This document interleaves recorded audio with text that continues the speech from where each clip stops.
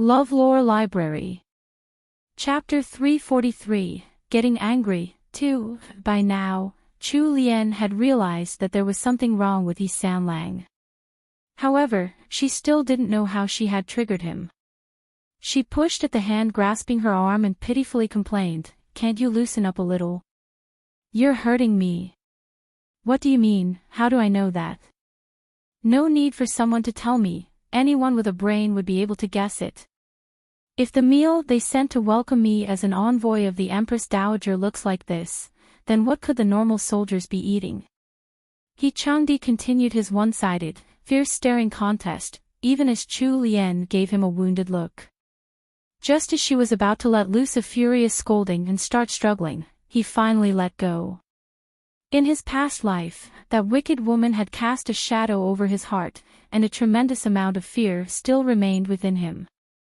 Now that he realized he was somehow starting to care for this wicked woman, that is, if she was truly just this lifetime's Chu Lian, he was both afraid and uncertain. He was so very scared that the Chu Lian in front of him would disappear, only to be replaced by the tormentor of his previous life. That was why his reaction had been so over the top. Chu Lian was still in the dark about the reason behind He Changdi's abrupt change. She gingerly rubbed her arm and glared at the silent lunatic next to her, full of complaints. "It's definitely bruised. Yi Sanlang, what kind of fit are you having?" When He Changdi finally came to his senses, the first emotion that came to his mind was regret. He didn't know how to face Chu Lian, so he bowed his head and let his long, thick eyelashes obscure his eyes. It was only after a long moment that he managed to say, "I didn't do that on purpose." Chu Lian rolled her eyes and sighed. She called for Wenqing and Wenlan. "Help me up." Wenqing carefully helped Chu Lian to her feet. When she touched Chu Lian's arm, her mistress let out a hiss of pain. Wenqing was startled, she secretly glanced at He Changdi. Chu Lian straightened out her skirts before turning to the dazed Yi Sanlang sitting opposite her. "Husband, it's getting late. If I dally any longer, it'll be dark by the time I return to the He estate." Without giving He Changdi the chance to answer, she turned around and ordered Wenqing and Wenlan to help her into her cape. She stuffed her hands into her hand warmer before lifting the tent flap and leaving the tent. Judging by how cold Chu Lian had suddenly become, anyone could tell that there was trouble in paradise. When He Changdi saw that Chu Lian had left without even glancing back, his expression turned ugly.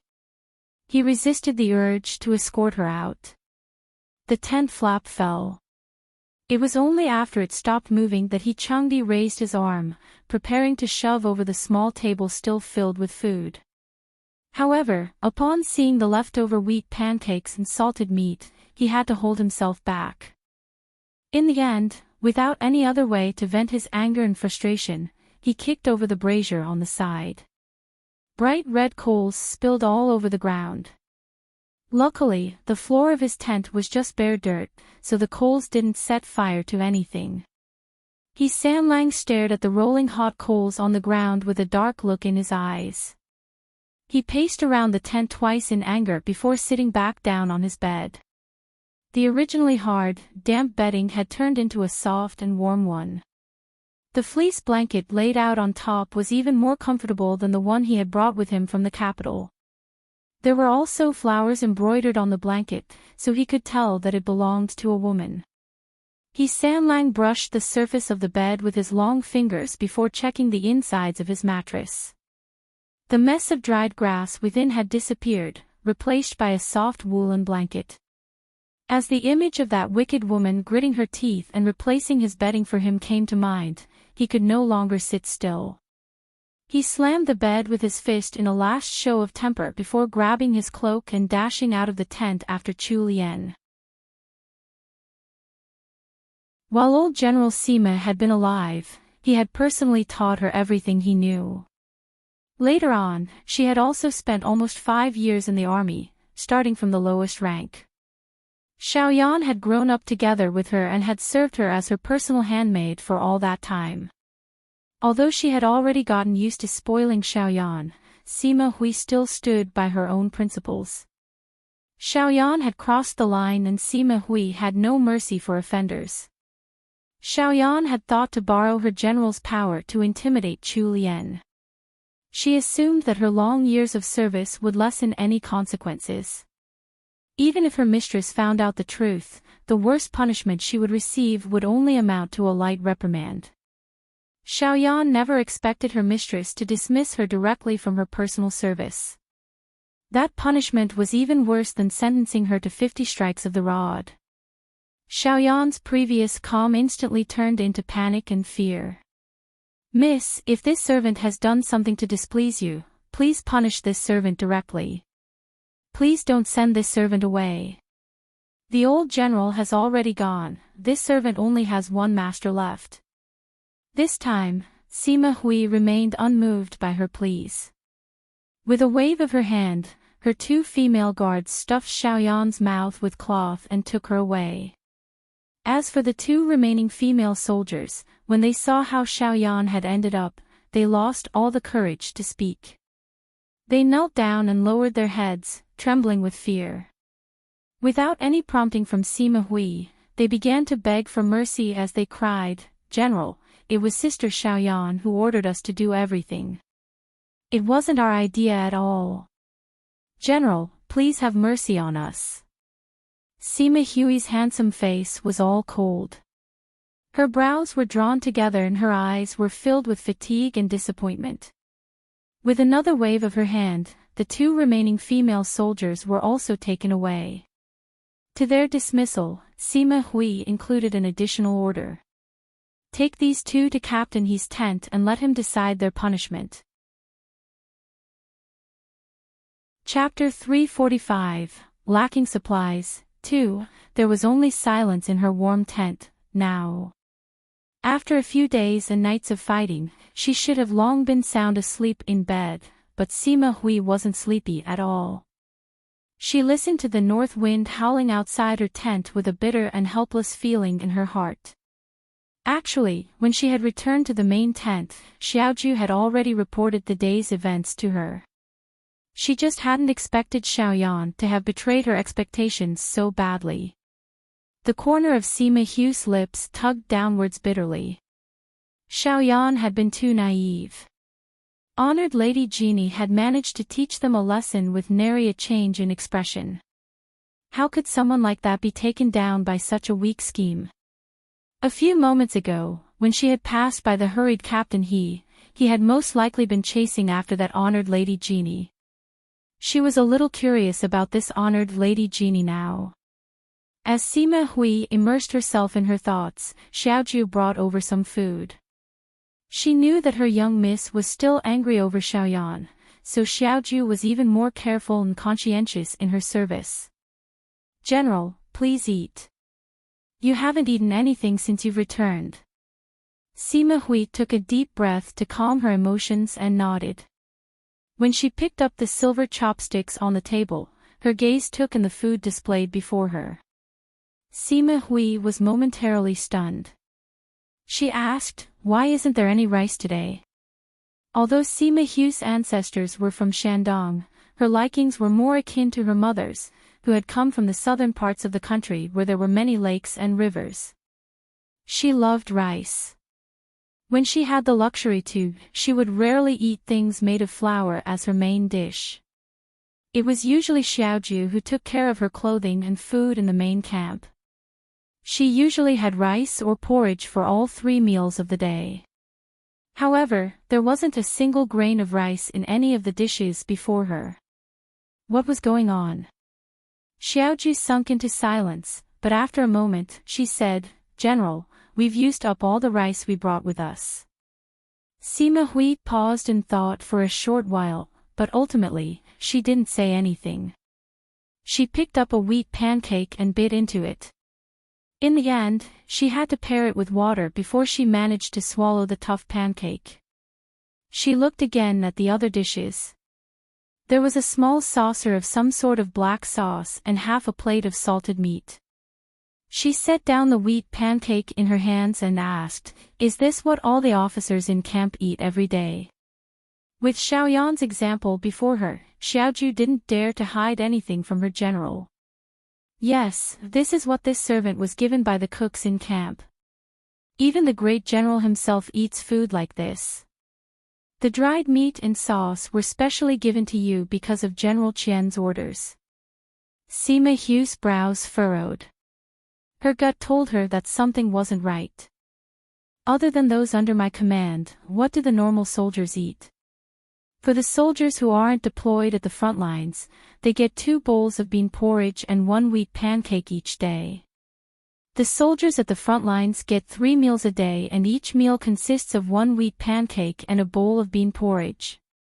Upon getting this answer, Sima Hu's eyes widened in shock.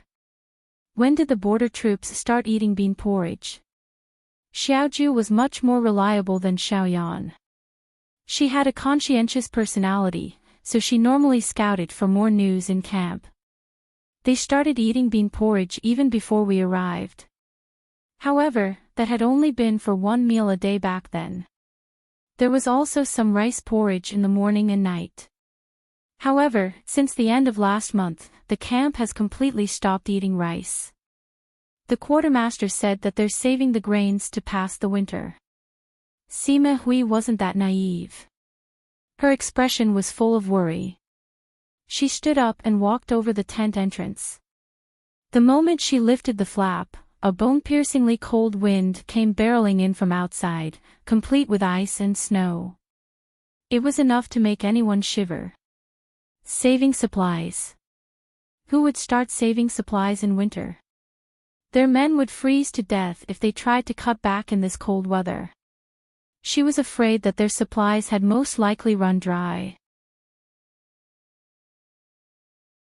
Chapter 346, He Sanlang doesn't know how to placate his wife. 1. Not long after Chu Lian's carriage had left the camp, He Changdi came chasing after her on a horse with 2 of his subordinates in tow. There was a brazier burning within the carriage, but it was still cold and breezy. In the northern border, it was so cold that spit would turn into ice the moment it hit the ground. The fleece rug and blankets that had originally been placed inside the carriage had been used to replace He Changdi's bedding, so all that was left were bare wooden boards. Chu Lian wasn't used to the cold and hard interior yet. Wenqing heard the sound of hurried hoofbeats outside the carriage, so she lifted the curtain slightly to peek outside. Her face lit up with happiness and she turned to Chu Lian. While speaking, she adjusted the large fur cloak on her mistress properly. "Third young madam, third young master has come to send you off." Chu Lian was still angry at that lunatic husband of hers and had no desire to see him at this point. All she did was harumph in reaction to Wenqing's words. Wenqing started getting anxious when she saw third young madam's reaction. However, there was nothing she could do. Chu Lian was intent on stewing in her anger in the carriage. Meanwhile, He Sanlang had never been a man who was good at placating his wife, let alone after reincarnating from his previous life. The thought of shamelessly begging his wife for forgiveness had never even crossed his mind.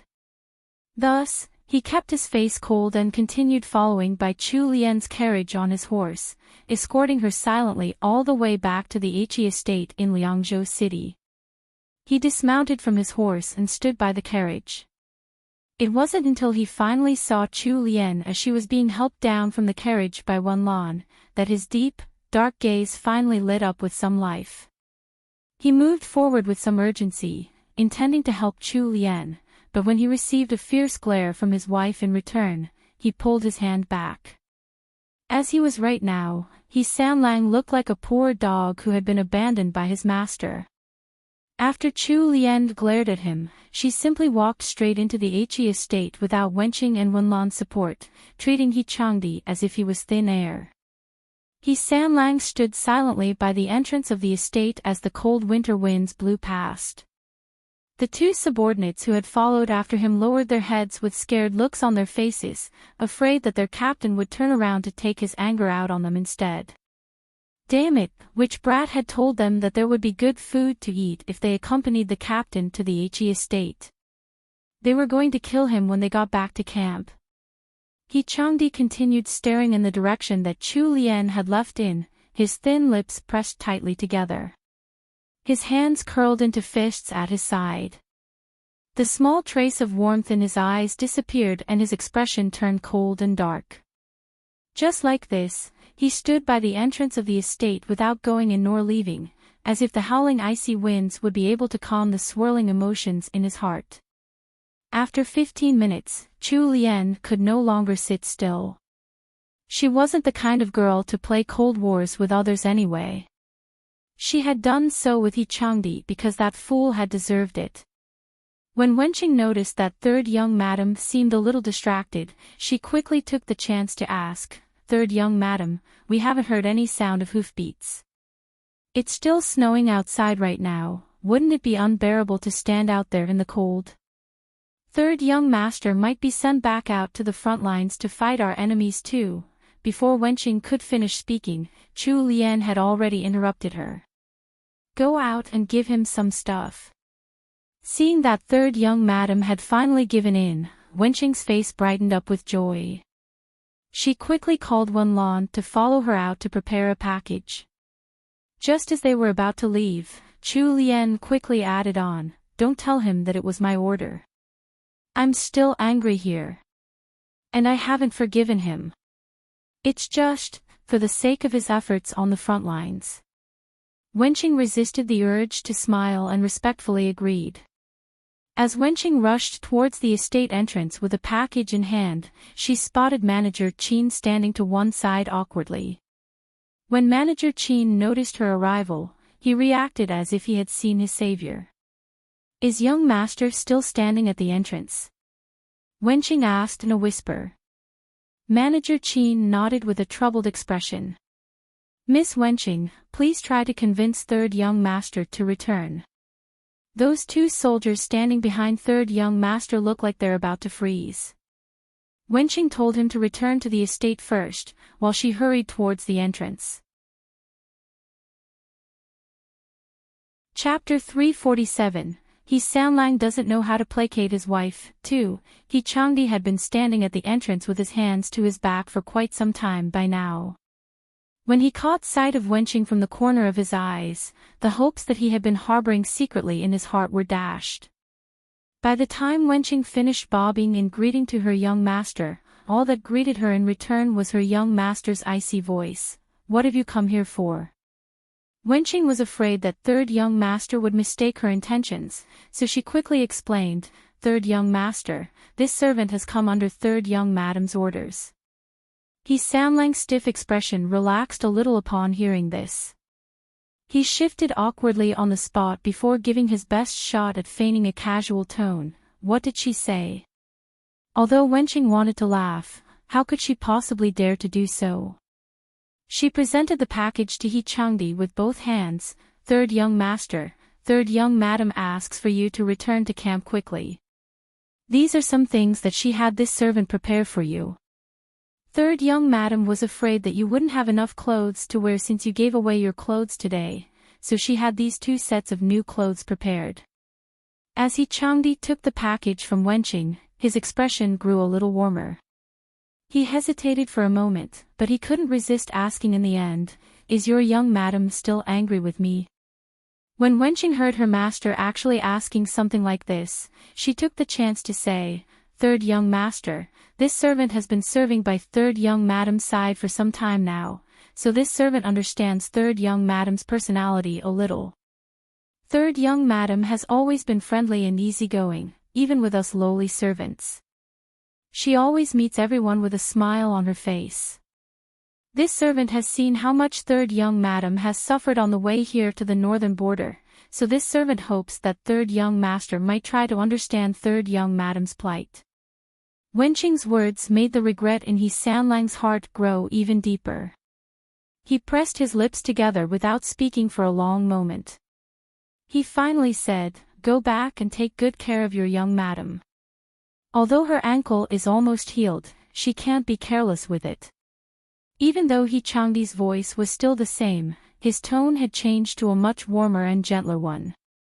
Wenqing knew that her persuasion had worked. She agreed with a lighter heart, "Please don't worry, third young master, this servant will take good care of third young madam."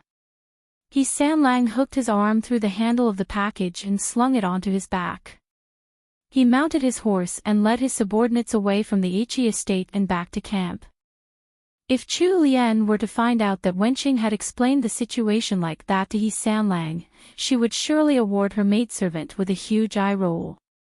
To be honest, on the whole journey here to the north, she really hadn't suffered much at all, excluding that sneak attack by the barbarians and Tuhuns. She had made enough preparations and Tang Yen was a capable man. They hadn't lacked for anything on the way here. Although they had traveled as fast as they could, it couldn't be compared to the harsh pace that army reinforcements had to travel at. She even had the free time to order Wenqing and Wenlan to cook something appetizing each time they had stopped for a break. All she had done on the journey here was to eat and look at the pretty scenery. It was much better than some budget backpacking trips back in the modern world.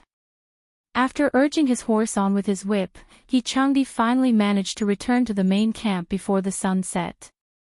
Once he reached his tent, he saw that a bunch of his good friends were all waiting for him within.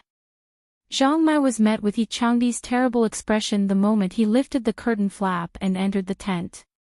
The corner of his lips curled up and he'd said, "We single bastards just don't get the same level of treatment as these happily married fools." He slapped Xiao Hongyu's shoulder as the poor lad was still searching around He Changdi's bed. "All right, that's enough. What are you still searching for? Those lewd drawings of yours are probably ash in the brazier by now." Xiao Hongyu immediately let out an anguished wail and collapsed onto He Changdi's soft bed. "Brother He, sister-in-law couldn't possibly have found that book, right?" He Sanlang had completely lost all of his dignity as a man in front of Chu Lian today. When Xiao Hongyu fearlessly reminded him of the incident, he sneered sinisterly.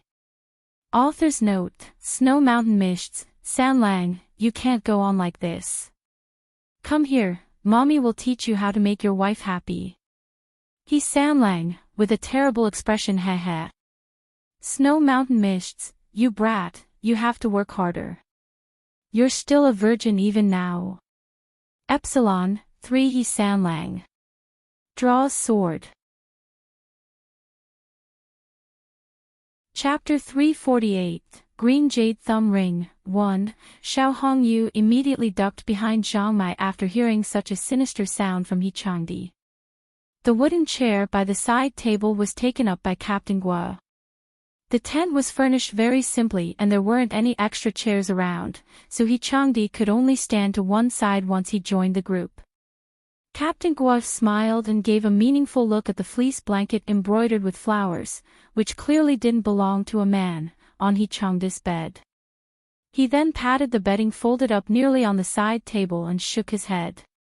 "I was worrying about Zixiang's health, having to sleep on such a cold bed all the time, so I requested for a new set of bedding from the great general. It looks like it's not needed anymore." After saying so, he tossed the bedding to Xiao Hongyu. "How lucky for you, brat." Xiao Hongyu chuckled but he didn't accept the bedding. He turned and pushed it into Zhang Mei's arms. "Brother Zhang has some old injuries, we can't let him suffer the cold. I'm still young, so that fleece blanket that brother he gave me will be enough for me to pass this winter." The sun didn't shine much out here in the north and temperatures were extremely low. Although Captain Gua and Zhang Mai were only in their 30s and they looked healthy and strong in their armor, the many years of army life had already left unseen marks on their bodies. When it was cloudy, rainy or cold, especially in this winter season, their old injuries would flare up. The court hadn't been able to send supplies to them, so they were severely lacking in not only food, but warm cotton-padded blankets and clothes to survive the winter. Great General Qian had not only personally met Chu Lian out of respect for the Empress Dowager, but also because the supplies that Chu Lian had brought over were just what they needed. Even now, many of the foot soldiers didn't have cotton-padded blankets or clothes. Most of them were using dried grass to make do. This was also why Captain Guo had to go to Great General Qian personally just to request for a set of bedding. If this were any other camp, they might still be able to ask the citizens nearby to donate some supplies. However, there weren't many people in the north they could ask for supplies from. Liangzhou was practically a shell of a city with only their troops left to defend it. Thus, the situation was looking quite bad. In the end, the bedding that Captain Guo had brought over ended up with Zhang Mai. Captain Guo shot a glance at the package that He Changdi was carrying and smiled. Seeing how lovey-dovey you and your wife are is making me miss my own. I wonder how she and the kids are doing in the capital. All the routes over land or water had been blocked by the snows. Letters hadn't been able to pass through for some time. Even the officers like Captain Guo and the rest hadn't been able to receive any letters from home for a month or two. Captain Guo's words made the originally lively atmosphere in the camp quieten down to a dead silence. He Sanlang's thoughts were also drawn out. He thought of his grandmother back in the capital, as well as his sickly bedridden mother. In the end, Captain Guo realized that the air didn't seem right and tried to lighten the atmosphere. All right. What are you all thinking about? Our 50,000 brothers in arms here in the north all share the same fate now. If all our brothers start becoming as gloomy as you guys, then how are we going to fight off the Tuhuns? Xiao Hongyu rolled his eyes and muttered under his breath, and who was the one who mentioned that topic in the first place? Xiao Hongyu. I see that you're just bent on looking for trouble. I'll lose my temper on you. Captain Guo stood up and acted as if he was going to give Xiao Hongyu two black eyes. After playing around for a bit, the sad atmosphere from before completely dissipated. Chapter 349, Green Jade Thumb Ring, 2, He Changdi suddenly spoke up. Brother Guo, the Tuhun army hasn't been attacking in full force for the past few days. This seemed like a good thing on the surface, almost like the Tuhuns had been scared off by them. While he had been battling on the front lines during the past few days, He Changdi could clearly feel that the Tuhuns were no longer fighting as furiously. They only sent out small waves of soldiers to mount surprise attacks or harass them, as if they were trying to play for time. Captain Guo and the rest frowned. Captain Guo rapped the surface of the side table with his knuckles as he mused, Zixiang, what do you think they're trying to do? Although He Changdi's features were handsome, his current expression was somber and grave. They're trying to drag out the war. I'm afraid they already know about our lack of supplies. Captain Guo gave a huge start. Their supply routes were completely blocked, and none of the essential supplies they needed could be sent in. Once the enemies realized the border troop situation, they would become sitting ducks here, with only death awaiting them. By then, the Tuhuns wouldn't need to use a single soldier or arrow to capture all 50,000 border troops without resistance. After all, not everyone would be able to keep thinking of serving the country when faced with extreme hunger. Captain Guo abruptly stood up. He paced the tent with his hands behind his back in an impulsive mood. In a flash, he looked up and swept his gaze across the entire tent. Continue chatting. I'm going to look for the great general. Remember to watch what you say. Actually, Captain Guo wasn't worried about any loose lips within this group. They were sworn brothers, after all. However, he had to give reminders when he could. Captain Guo took his cloak and rushed over to the entrance of the tent. He suddenly turned back and told He Changdi, Zixiang, General Sima sent over 2 soldiers for you to punish at night. Take a look at the tent next to this. After saying so, he lifted the tent flap and left in a flurry of wind. Since the atmosphere had turned so grave suddenly, the brothers no longer had any desire to chat. Zhang Mai bid them good night and took the bedding back to his own tent. He Changdi called one of the soldiers on duty outside and questioned him about what had happened for a moment. Following that, he ordered someone to send the 2 female soldiers back. He didn't want to think about what was going on with Sima Hui at this point, nor did he want to have any association with her at all. When he returned to camp, Xiao Hongyu came over with a face expecting some gossip. "Brother He, how was it? How did you deal with those 2 female soldiers? I peeked a bit earlier and one of them is quite pretty." He Sanlang sent a cool glance towards him. "I sent them back." "What? Brother He, you let such a tasty morsel slip through your fingers. Did you have something in mind?" Xiao Hongyu rubbed the back of his round head sheepishly. "Brother He, you have a wife, but I haven't married one yet." He Changdi snorted. "If you want them, go ask General Sima for them yourself." Xiao Hongyu stiffened up. "What, you want me to beg that tomboy for them?" "Forget it, it's better for me to be single." "Good that you realize that." Xiao Hongyu was instantly beaten into the dust by those words. He collapsed in his bed lifelessly. It was only now that He Changdi finally had the time to open up the package that Wenqing had given him. Xiao Hongyu secretly watched as He Sanlang opened up the package, prepared to snatch away anything tasty within. Unfortunately, he was left with disappointment. It was just some ordinary clothes within and an exquisite-looking wooden box. Xiao Hongyu rarely saw such fine-looking fragrant rosewood boxes, so driven by his curiosity, he came over to see. "Brother He, open it.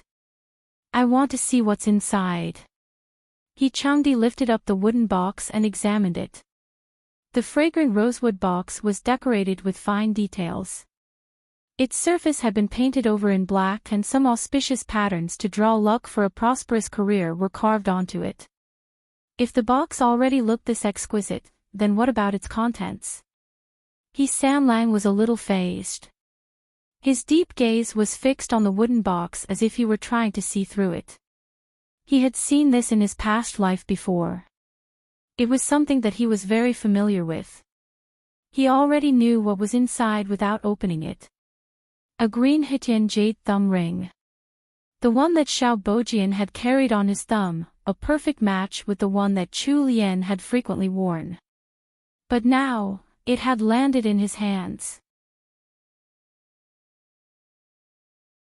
Chapter 350, Perfect Match, 1. Although He Sanlang wasn't surprised, he still felt ambivalent. Xiao Hongyu, on the other hand, didn't have heavy thoughts brewing in his head like He Changdi. Instead, his curiosity was like a million cat claws scratching at the walls of his heart. He couldn't sit still any longer and tried to urge He Changdi on. "Brother He, what are you in a daze for? Quick, open it and see what's inside. With such a nice box, surely it wouldn't turn out to be jewelry."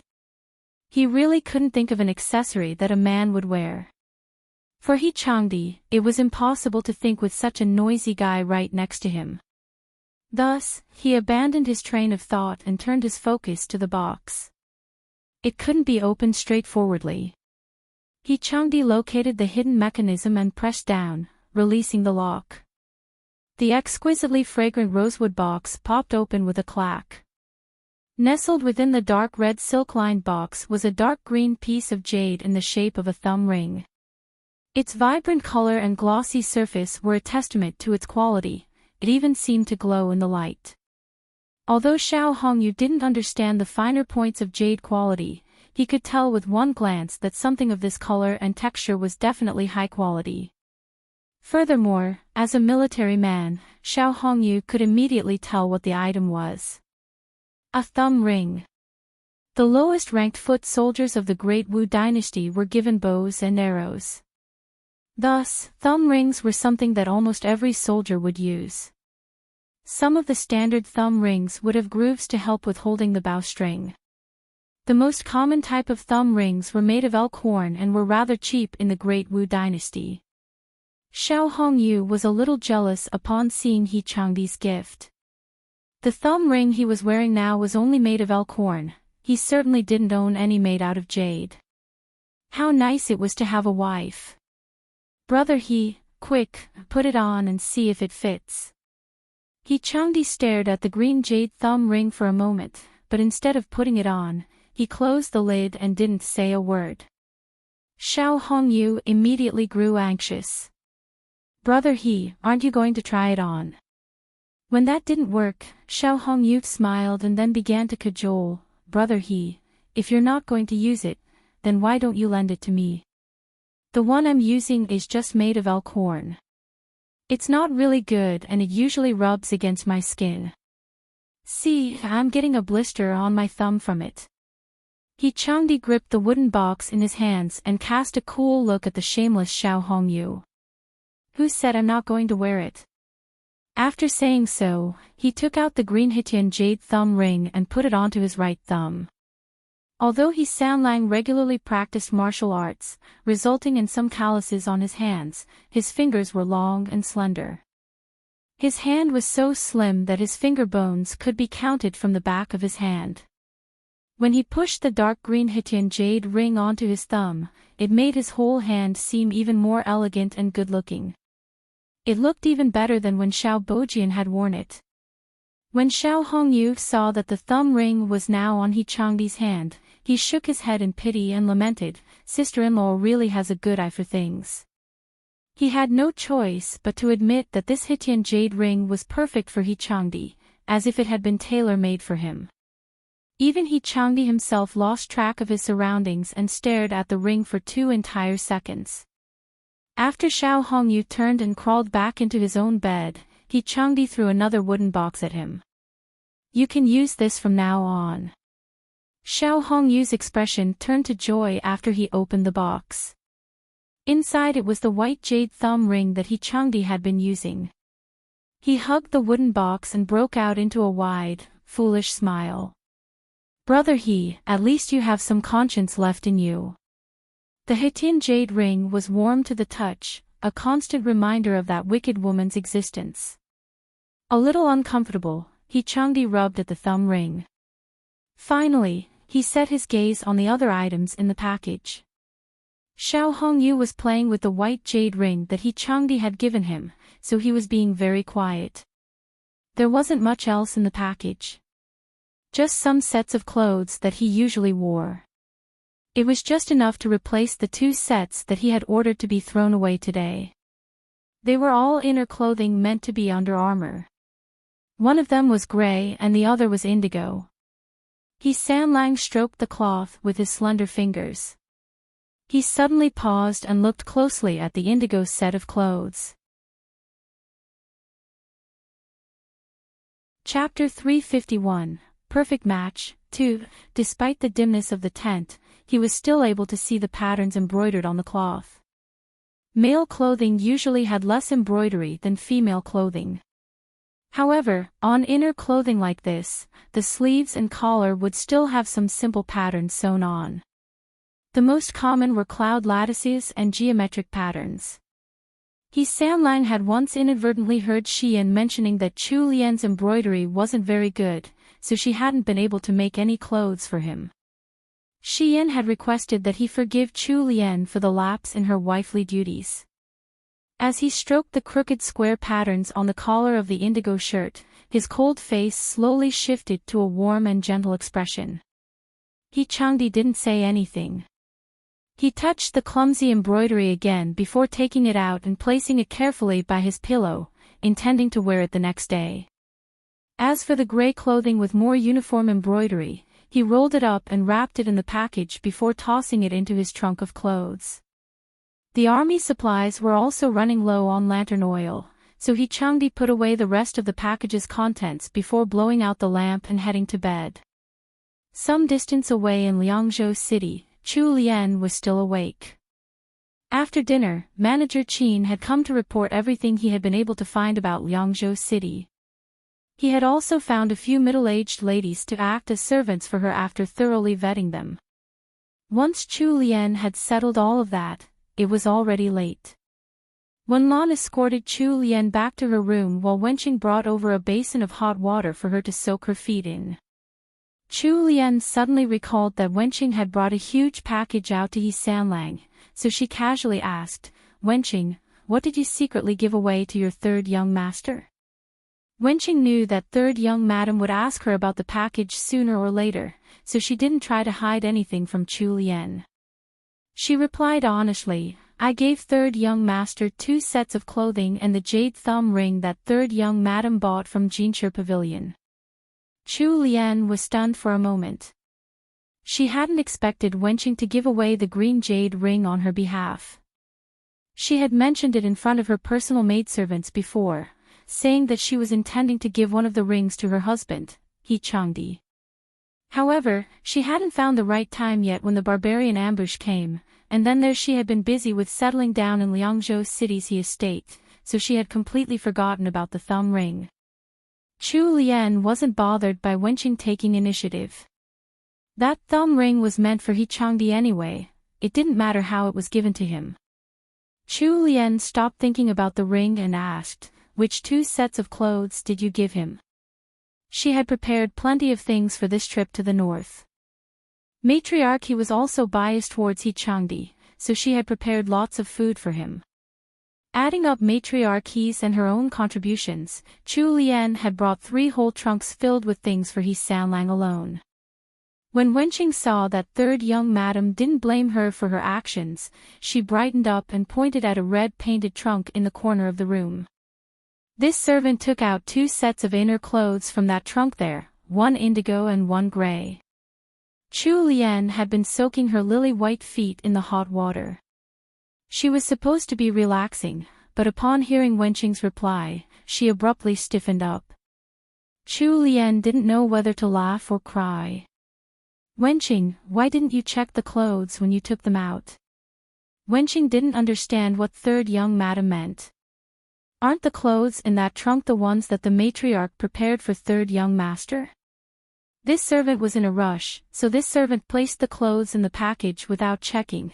Chu Lian couldn't hold back the urge to laugh any longer. There's a set of clothing in there that you embroidered. Don't you remember? Chu Lian had a good memory, so she clearly remembered that the clothes Li Yu had embroidered were indigo in color.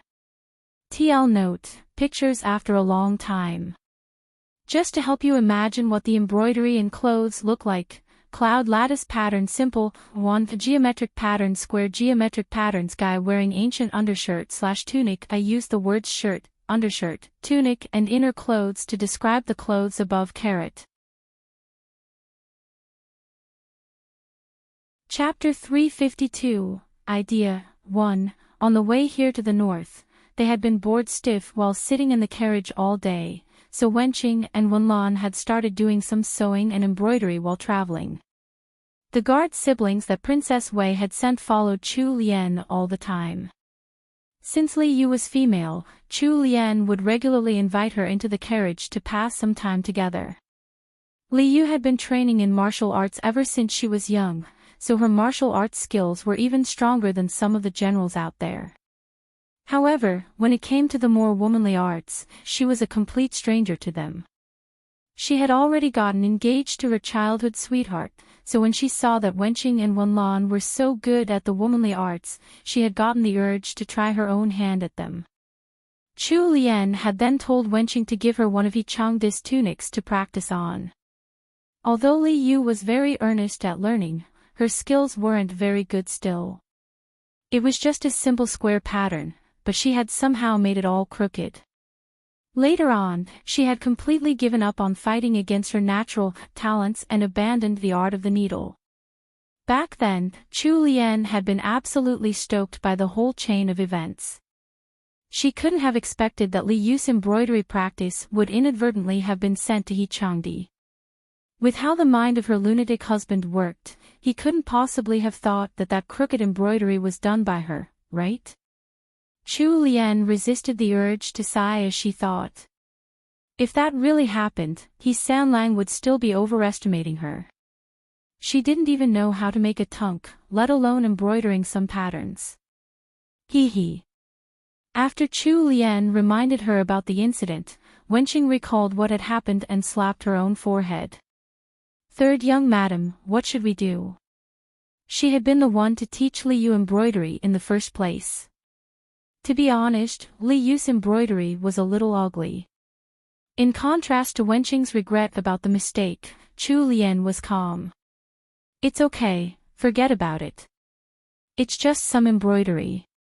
Anyway, your young master is a man and he's in the army. Who would look at the embroidery on his undershirts? It's good enough as long as he has clothes to wear. That indigo tunic had been ready-made anyway. It was just a simple piece of clothing with some loose threads. Although Li Yu's embroidery wasn't that good-looking, it didn't affect the undershirt's usability in any way. Wenqing was comforted by Chu Lian's words and stopped thinking about the mistake. After soaking her feet, Chu Lian laid down on the warm hearth bed. Wenqing blew out the lights for her and shut the door. However, Chu Lian stared at the dark ceiling above her head without any hint of sleepiness. Her head was filled with thoughts about the border army supply problem. The original story had only briefly mentioned how fierce the battles had been in the Northern Border War. Of the 50,000 soldiers in the border troops, less than 10% of them had managed to survive the war. Since that was all that was mentioned, Chu Lian had no way of finding out more information. Right now, the biggest problem was the snow blocking the paths to the north. As long as the paths were clear, they would be able to bring supplies into the northern border and there would be no more problems. However, there was no way they could control the weather. The Great Wu dynasty wasn't like a technologically advanced civilization, unlike the modern world where they would still have the option of air freight if the routes on land and water were blocked. Up till her sleepiness got the better of her, Chu Lian still hadn't thought of any practical and useful methods to solve the issue. Back at the capital, the officials gathered for court were already arguing furiously over the situation at the northern border. Xiao Bojian had been appointed as secretary for the reinforcements marching towards the north and was now following the troops stationed at Chongzhou Prefecture as they made haste towards Sioux City. They were to make camp next to Lake Qianshan outside Sioux City and act as the first line of defense in the case that the fortress at Liangzhou City were to fall. Chapter 353, IDF 2. The next day, Chu Lian was heading to the center of the courtyard after getting up when she saw Li Xing and the other guards shoveling snow. In just a single night, the snow covering the ground had stacked up enough to reach their knees. The whole He estate had practically been buried in snow. Wenlan spotted Chu Lian coming out of her room and standing at the corridor just like that, so she quickly rushed into the room and took out her cloak. She helped Chu Lian into her cloak and stuffed a hand warmer into her hands. "Third young madam, the wound on your leg has just healed. Please be careful not to get a chill, or third young master will blame this servant."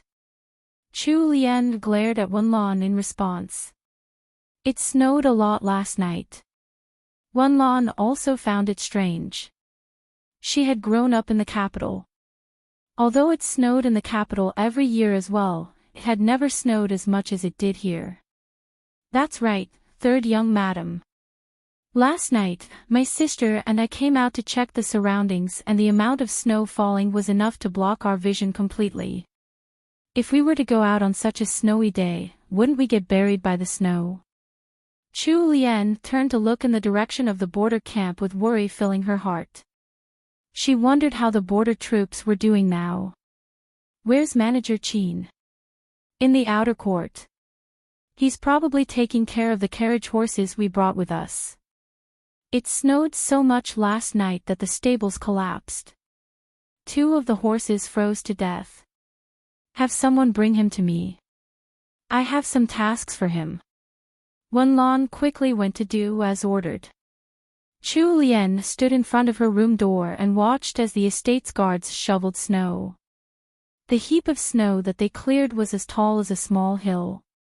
It took the 5 men an hour before they managed to clear the snow that had piled up in Chu Lian's small courtyard.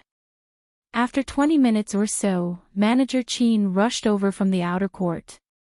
The He estate was quite large and there were 5 small courtyards within. They couldn't clear all the snow in the estate so quickly, so Manager Qin had designated Chu Lian's courtyard as the first to be cleared out. They would only start on the outer court after Chu Lian's courtyard had been completely cleared, so the paths in the outer court hadn't been cleared yet. As Chu Lian stood in the corridor, she watched as Manager Qin, who was wrapped up until he looked like a ball, waddled into her courtyard. Manager Qin had seen Chu Lian standing at the door from afar. Before he entered the courtyard, he shouted while gasping for breath, "Third young madam, it's cold outside. Please enter the room first, I'm walking rather slowly." Of course he was walking slowly. He had tied 2 wooden boards onto his feet. Chu Lian didn't speak and simply smiled at him. When her gaze landed on Manager Qin's feet, she abruptly fell into a daze. Her almond-shaped eyes were obscured by haze as if she had suddenly sunk deeply into her own thoughts. Manager Qin found it strange. He looked down at his own feet and the boots that he had tied wooden boards to. It didn't seem like anything was wrong. He struggled as he fought with the snow and finally entered the courtyard. When he finally reached the cobblestone path that had been cleared of snow, he let out a sigh of relief. He bent down and took off the wooden boards tied to his boots. He stomped his feet to clear the snow stuck to his boots before taking a brisk pace as he walked towards Chu Lian, freed of his burden. Chu Lian's gaze was still fixed on the wooden boards that Manager Qin had set down not too far away. Manager Qin followed her gaze and looked at the boards as well. Those were just 2 normal pieces of willow wood. There were still quite a few placed in the storehouses of the estate that had been left abandoned for years. There didn't seem to be anything special about them. However, since Chu Lian seemed to be interested in them, Manager Qin explained as he walked towards her. "Third young madam, that was something that the old servants of the estate taught me. They said that it would be easier to walk with the wooden boards tied to your feet and you wouldn't fall into the snow. I followed exactly as they said and it actually worked pretty well. I did have to use more strength while walking, but I didn't have to worry about falling into a deep pile of snow and freezing my legs off." When Manager Qin turned back to look at his young mistress, he found that her almond-shaped eyes were lit up and sparkling. In the next second, Chu Lian stamped her feet excitedly and said, "I was so stupid. Why didn't I think of such a simple method?" After blurting that out, she completely forgot about Manager Qin and rushed back into the room. Manager Qin continued standing in the corridor with one hand stretched out and a dazed expression on his face. He didn't know what had gotten into his mistress. When Wenqing came out of the side room and saw that he was still standing in the same spot with a silly look on his face, she didn't know what to do either. "Manager Qin, come into the side hall and take a seat first. There's hot water on the stove too. I'm going into the room to see what happened to third young madam." Manager Qin waved his hand at Wenqing, "Please go, quickly." That excited expression on third young madam's face had been a little frightening. After he had been informed bright and early that morning that the stables had collapsed, he was now rather cautious and careful about protecting his mistress. TL note, Manager Qin's expression was literally described as Kong's dazed expression from My Fair Princess, which made me LOL. He's calling out for his soon-to-be wife, Ziwei, in this shot. Ziwei. My Fair Princess is an old TV drama about a long-lost princess called Ziwei trying to reconnect with her father, the emperor. Of course, through some shenanigans, a young commoner girl, Xiaoyanzi, got caught up in the mess and she now has to pretend to be the long-lost princess herself or lose her head. The drama shows what it was like to live in the palace and lots of funny dramatic scenes. I watched it as a little kid and absolutely loved it. Xiaoyanzi was my favorite character. Kong is one of the male leads in it too. XD if you've heard of Fan Bingbing, who acted as Blink in X-Men, Days of Future Past. She played a faithful servant in the drama and became famous because of this drama. I really recommend watching My Fair Princess for a cool look into ancient Chinese customs and also for a really cute and funny female lead. Chapter 354, Dissatisfaction. 1. When Wenqing pushed open the doors and entered the room, she saw Chu Lian sitting in front of the desk with her head slightly bent forward. She was using some black eyebrow dye to draw on some paper. She walked over as soundlessly as she could and stood to one side.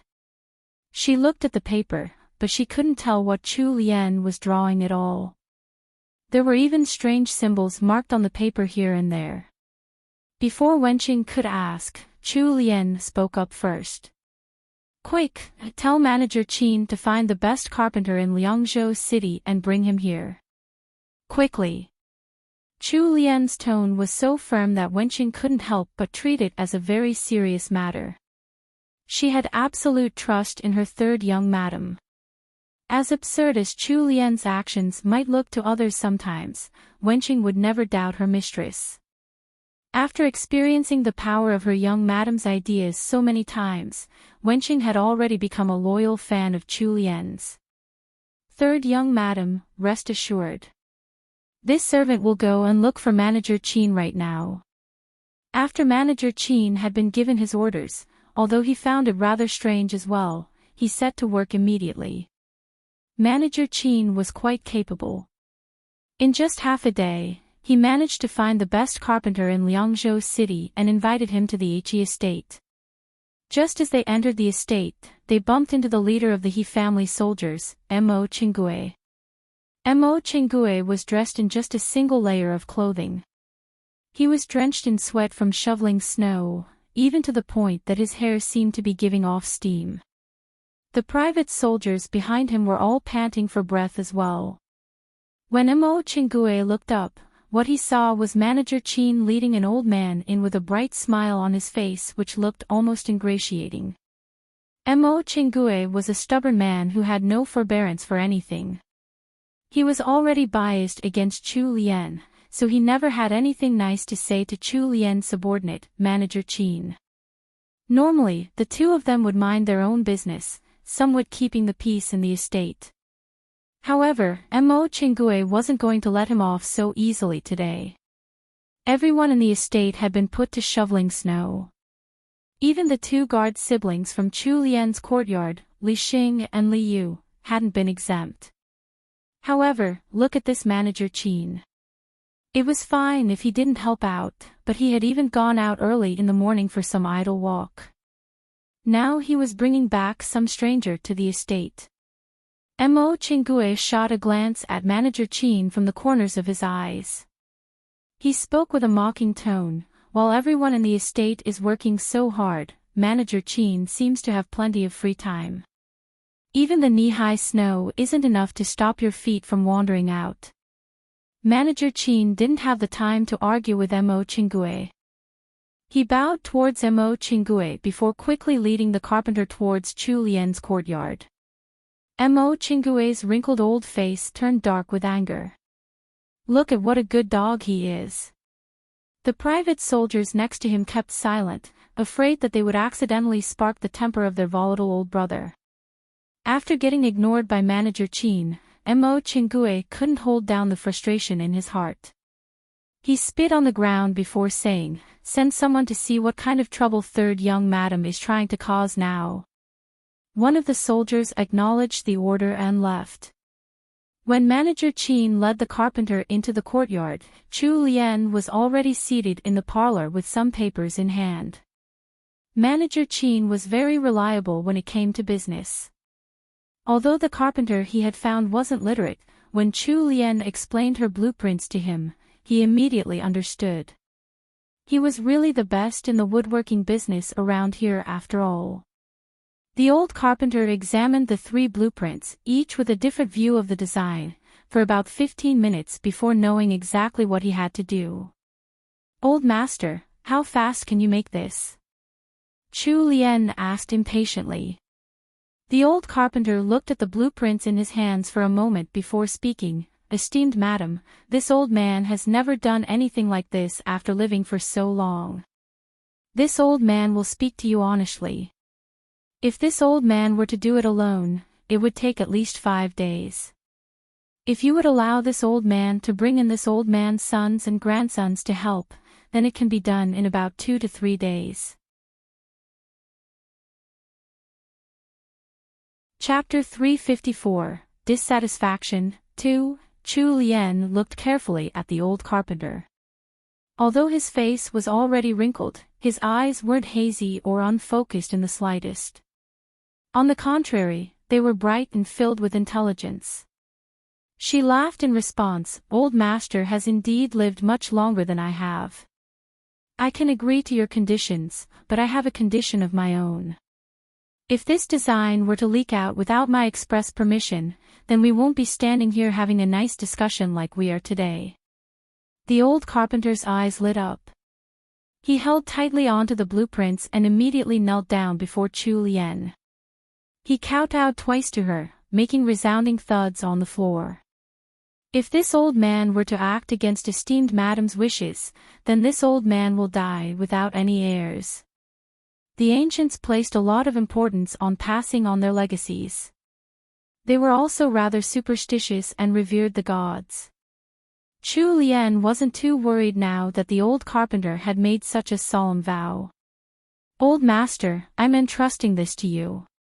You can bring any number of helpers you want. I'm only giving you 3 days. In 3 days, I want to see that design built. This old man won't betray esteemed madam's expectations. Chu Lian turned to instruct Manager Qin. Manager Qin, you are to arrange for anything that old master needs as soon as possible.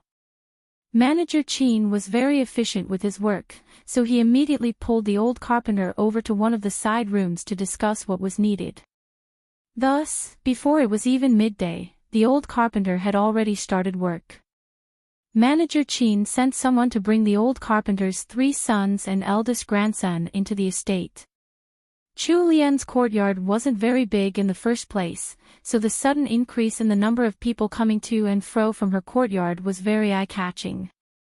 Due to the absolute secrecy of the blueprints, Chu Lian had arranged for the old carpenter and his family to work in one of the empty storehouses on the side of the courtyard and for the Li siblings to take turns guarding the storehouse. The entire He estate was startled by how serious Chu Lian was treating her little project. Even Tang Yen sent over someone to inquire about what she was doing, only to be sent back with some excuse. All of this made Mo Qingui very unhappy. While Chu Lian had been able to deflect Tang Yen, Mo Qingui wasn't one to back down so easily. It snowed heavily the next few days.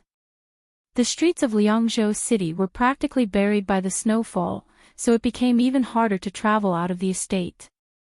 Mo Qingui sent some men to check on the situation at the border camp early in the morning. When his men returned and reported on what they had found, Mo Qingui frowned and shook his head silently. They were all old and grizzled soldiers who had fought on countless battlefields, so they knew that the situation was taking a turn for the worse. Mo Qingui had gotten a good overview of the border troop situation from He Changdi, but he couldn't do anything but sit and wait anxiously.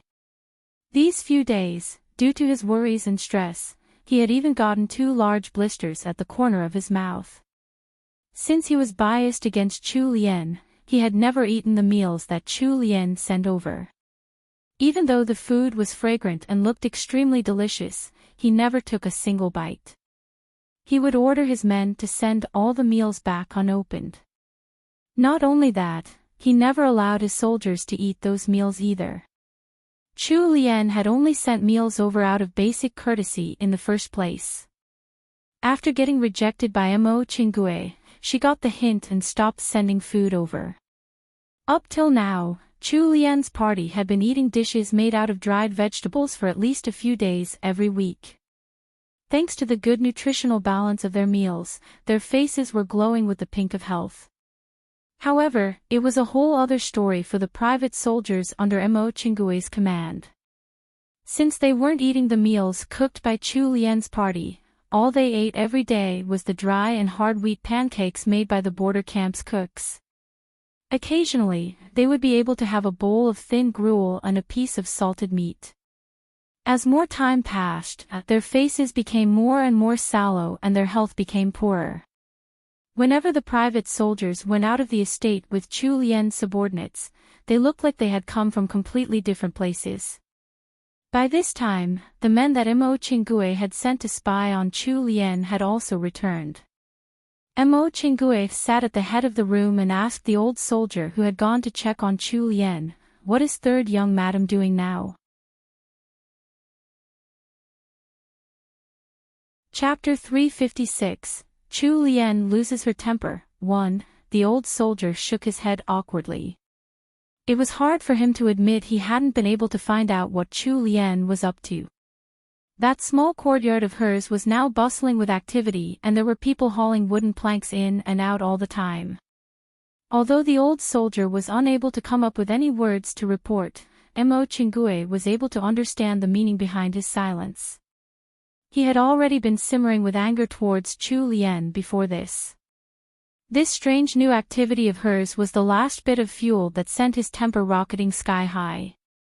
He slammed his palm on the table, making the porcelain teacups on it clatter as they trembled from the force. "Is third young madam completely ignoring our presence?" Back then, he hadn't been very approving of the matriarch sending third young madam here to the north. She was just a little girl, barely come of age, who was probably used to being spoiled all day and night. What would she be able to achieve out here? Just look at what she had done on the way here. She had been sent here to help third young master, but her actions said otherwise. She had clearly come out to sightsee on her personal leisure trip, but at public expense. The moment she had arrived at the northern border, she had already caused trouble for third young master, and he had been punished by martial law. Mo Chingue had been held back by He Changdi's orders previously. Even though he was extremely unhappy with Chu Lian, he had suppressed his anger towards her and hadn't done anything. They had each minded their own business. However, this sudden snowstorm was like the last piece of straw that broke the camel's back. All of the negative emotions within Mo Chingue had accumulated to a point where he could no longer suppress them. Right now, he felt like a volcano about to explode.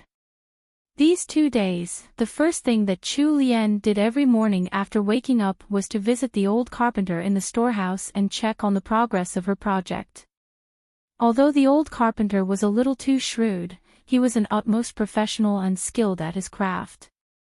After making a promise to Chu Lian, he had devoted his heart to his work.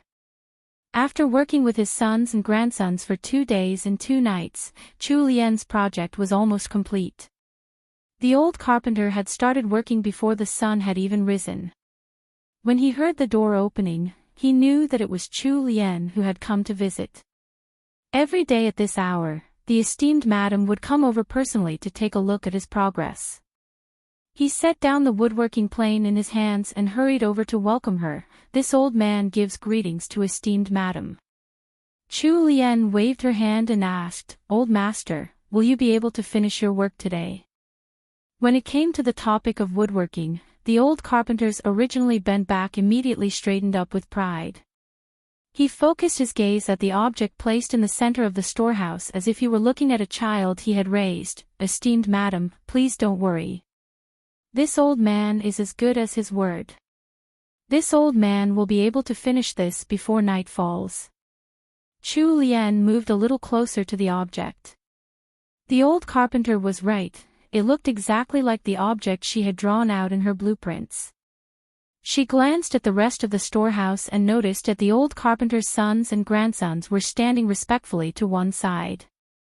She found it strange and spoke up, "You don't have to care about my presence here. Please be at ease and continue your work."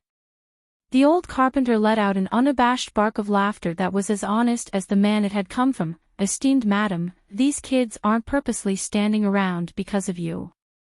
We've used up all the wood we had, so Master Qin went out early in the morning to buy more. This old man's just waiting for the materials. Once Master Qin returns, we'll be able to finish our work in just 1 hour." Although Chu Lian knew what the rough design should be, she wasn't very sure about the kind of material she should use for it since it was her first time making something like this. After discussing with the old carpenter, she had decided on using fir wood, which was harder and more robust. After testing their first prototype, they wouldn't have to be so rigid with the choice of materials later on. Chu Lian nodded and left the storehouse. Once she reached the entrance, she ordered Wenlan to send the old carpenter and his helpers something nice to eat.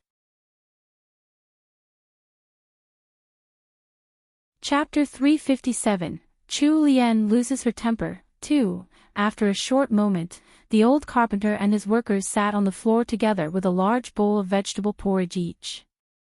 They gulped down the porridge as if they hadn't eaten in days. The spark of shrewdness that the old carpenter had shown during his negotiations with Chu Lian had completely disappeared in the face of delicious food.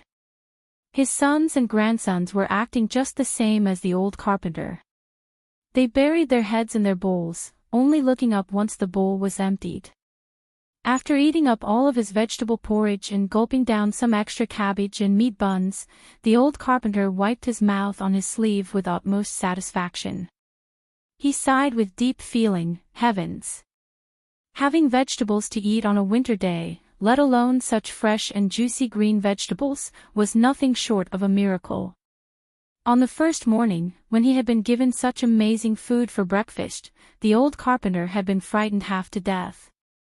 Green vegetables in the middle of a harsh winter. Surely even the emperor wouldn't be able to have much better food than this. The old carpenter mulled over his thoughts. Furthermore, there seemed to be something added to this vegetable porridge that made it taste absolutely fresh. He lamented the fact that he couldn't just have 3 heaping bowls of this for every meal. Whenever the old servant who brought their meals came to take the bowls away, the bowls used by the old carpenter's family were always gleaming. She hardly had to wash them after taking them back to the kitchen. When Chu Lian returned to her room, she sat on the hearth absent-mindedly. From time to time, she would send Wenqing and Wenlan out to check if Manager Qin had returned.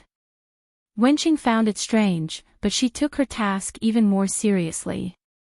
No matter how bad the situation, their third young madam had always been able to keep a smile on her face. This was the first time she had seen such an anxious and worried expression on her mistress. Unfortunately, this time, Chu Lian's worst fears came true. After 1 hour had passed, Li Xing hurriedly rushed in to report. Honored lady, Manager Qin and the others have been taken to another courtyard by old Mo. Chu Lian frowned and ordered Wenlan to help her up from the hearth bed.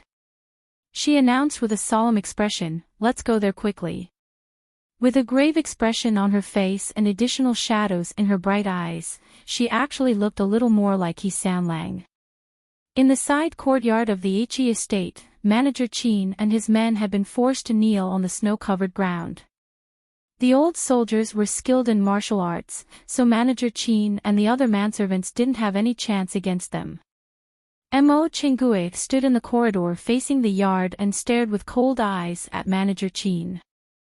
He shouted with disappointment, "Third young madam is just a little girl, so it's fine if she doesn't know better. However, you, as her loyal servant, how could you let her act so frivolously without persuading otherwise? While you were acting so recklessly in this estate, did you give any thought to how the commoners and soldiers outside are faring?" Manager Qin's mouth had been stuffed with a piece of cloth and his hands were tied behind his bed. His slightly plump face was flushed red with effort as he tried to speak and explain, but he just couldn't make any sound. Mo Chenggui harumphed. When he cast his gaze at the good quality fur wood piled up at the side, his temper flared up once again. Fir wood. That type of wood was expensive everywhere. In Liangzhou City, where they couldn't even use money, it was likely bought back by exchanging huge amounts of material goods. These few days, he and the other soldiers had been trying their best to eat less and save up what they could. However, on the other hand, third young madam had taken their food supplies and gone out to spend it lavishly on some useless materials. Mo Chengui's temper was burning high in his heart. He stared coldly at the dogs acting for third young madam and spoke sinisterly. Third young madam is of the weaker sex, so she probably can't bear to use bloodier measures. Since the matriarch gave orders for me to protect third young madam on this journey, then I'll take action on behalf of third young madam today to punish these infidels. Men, reward him with 50 strikes of the rod. Once Mo Chingue gave the order, 2 old soldiers pushed Manager Chin to the ground and pulled away the fur cloak he had wrapped around him. The soldiers were each carrying large wooden rods thicker than their arms. They raised them high up in the air and prepared to aim them at Manager Chin's body. Mo Chingue had retired from the army, but he still kept the habit of using the military style of punishment. Without even giving the other party a chance to defend himself, he had immediately decided the punishment of 50 strikes. Even the strongest elite soldiers wouldn't be able to withstand 50 strikes of the rod, let alone Manager Chin, who wasn't trained in any martial arts at all. He was clearly trying to sentence Manager Chin to death. The first rod landed on Manager Chin with a muffled thump thanks to the protection of his thick winter clothing. Although Manager Chin didn't seem to react much, he actually wanted to shout in pain. Unfortunately, his mouth was covered so he couldn't make any sound apart from a stifled grunt. Before the next rod could land, an enraged shout carried over from the entrance of the courtyard, "Stop right now." TL note, just some simple but heartwarming fare. Imagine eating something warm and soft in winter and having it sit nicely in your tummy, dried vegetable porridge buns with meat and vegetable filling. Chapter 358, Chu Lian loses her temper. 3. This story is completely free to read on LoveLore Novels. If you're reading this on another site, this content has been illegally stolen. Please support my translations on the original source. Mo Chingue hadn't expected Chu Lian to have come over so quickly. However, he had already set his heart on punishing her subordinate to give her a warning today. He simply frowned without any intention of calling off the punishment. Others might be afraid of third young madam's power and influence, but he wasn't afraid. He had already experienced countless battles as a soldier. It was already a blessing from the heavens to have survived battle after battle with his life intact. Although his family was already gone, he had pledged his loyalty to old Count Jingyan and his house. His life and death were no longer of any consequence. If he could make the young and naive third young madam wake up with this show of military punishment today, it wouldn't matter even if she demanded his life in return. The old soldiers carrying out the punishment froze. However, Mo Chingue waved his hand and ordered, "Continue the punishment. No one is allowed to stop unless I say so. Anyone who disobeys this order will serve the same punishment themselves." Although they were old comrades in arms, everyone understood Mo Chingue's temper. They knew that the old fellow was dead set on his path and wouldn't change for anything. Hearing this, Chu Lian was similarly straightforward in her actions. She shot a look at the Li siblings behind her. Li Xing and Li Yu had been sent by Princess Wei, so they naturally only listened to Chu Lian's commands. The Li siblings quickly captured the 2 soldiers. Mo Chingue watched with wide, angry eyes as his 2 subordinates were subdued by Li Xing and Li Yu. He ran forward and picked up one of the rods on the floor, intending to carry out the punishment himself. Chu Lian's expression tensed and she sneered, "Uncle Mo, if you let that rod land, there'll be no more hope for the border troops." When Mo Chingue heard Chu Lian's words, his features contorted into a wretched expression. He was a retired soldier, so he could never bear to hear anyone talk bad about the army. Those words were like a curse upon the border troops, dooming them to defeat. He abruptly stopped his actions and rushed towards Chu Lian instead. "Third young madam, you can't be careless with your words." Chu Lian's sneer was as frosty as her tone. "Oh. I'm not allowed to speak carelessly.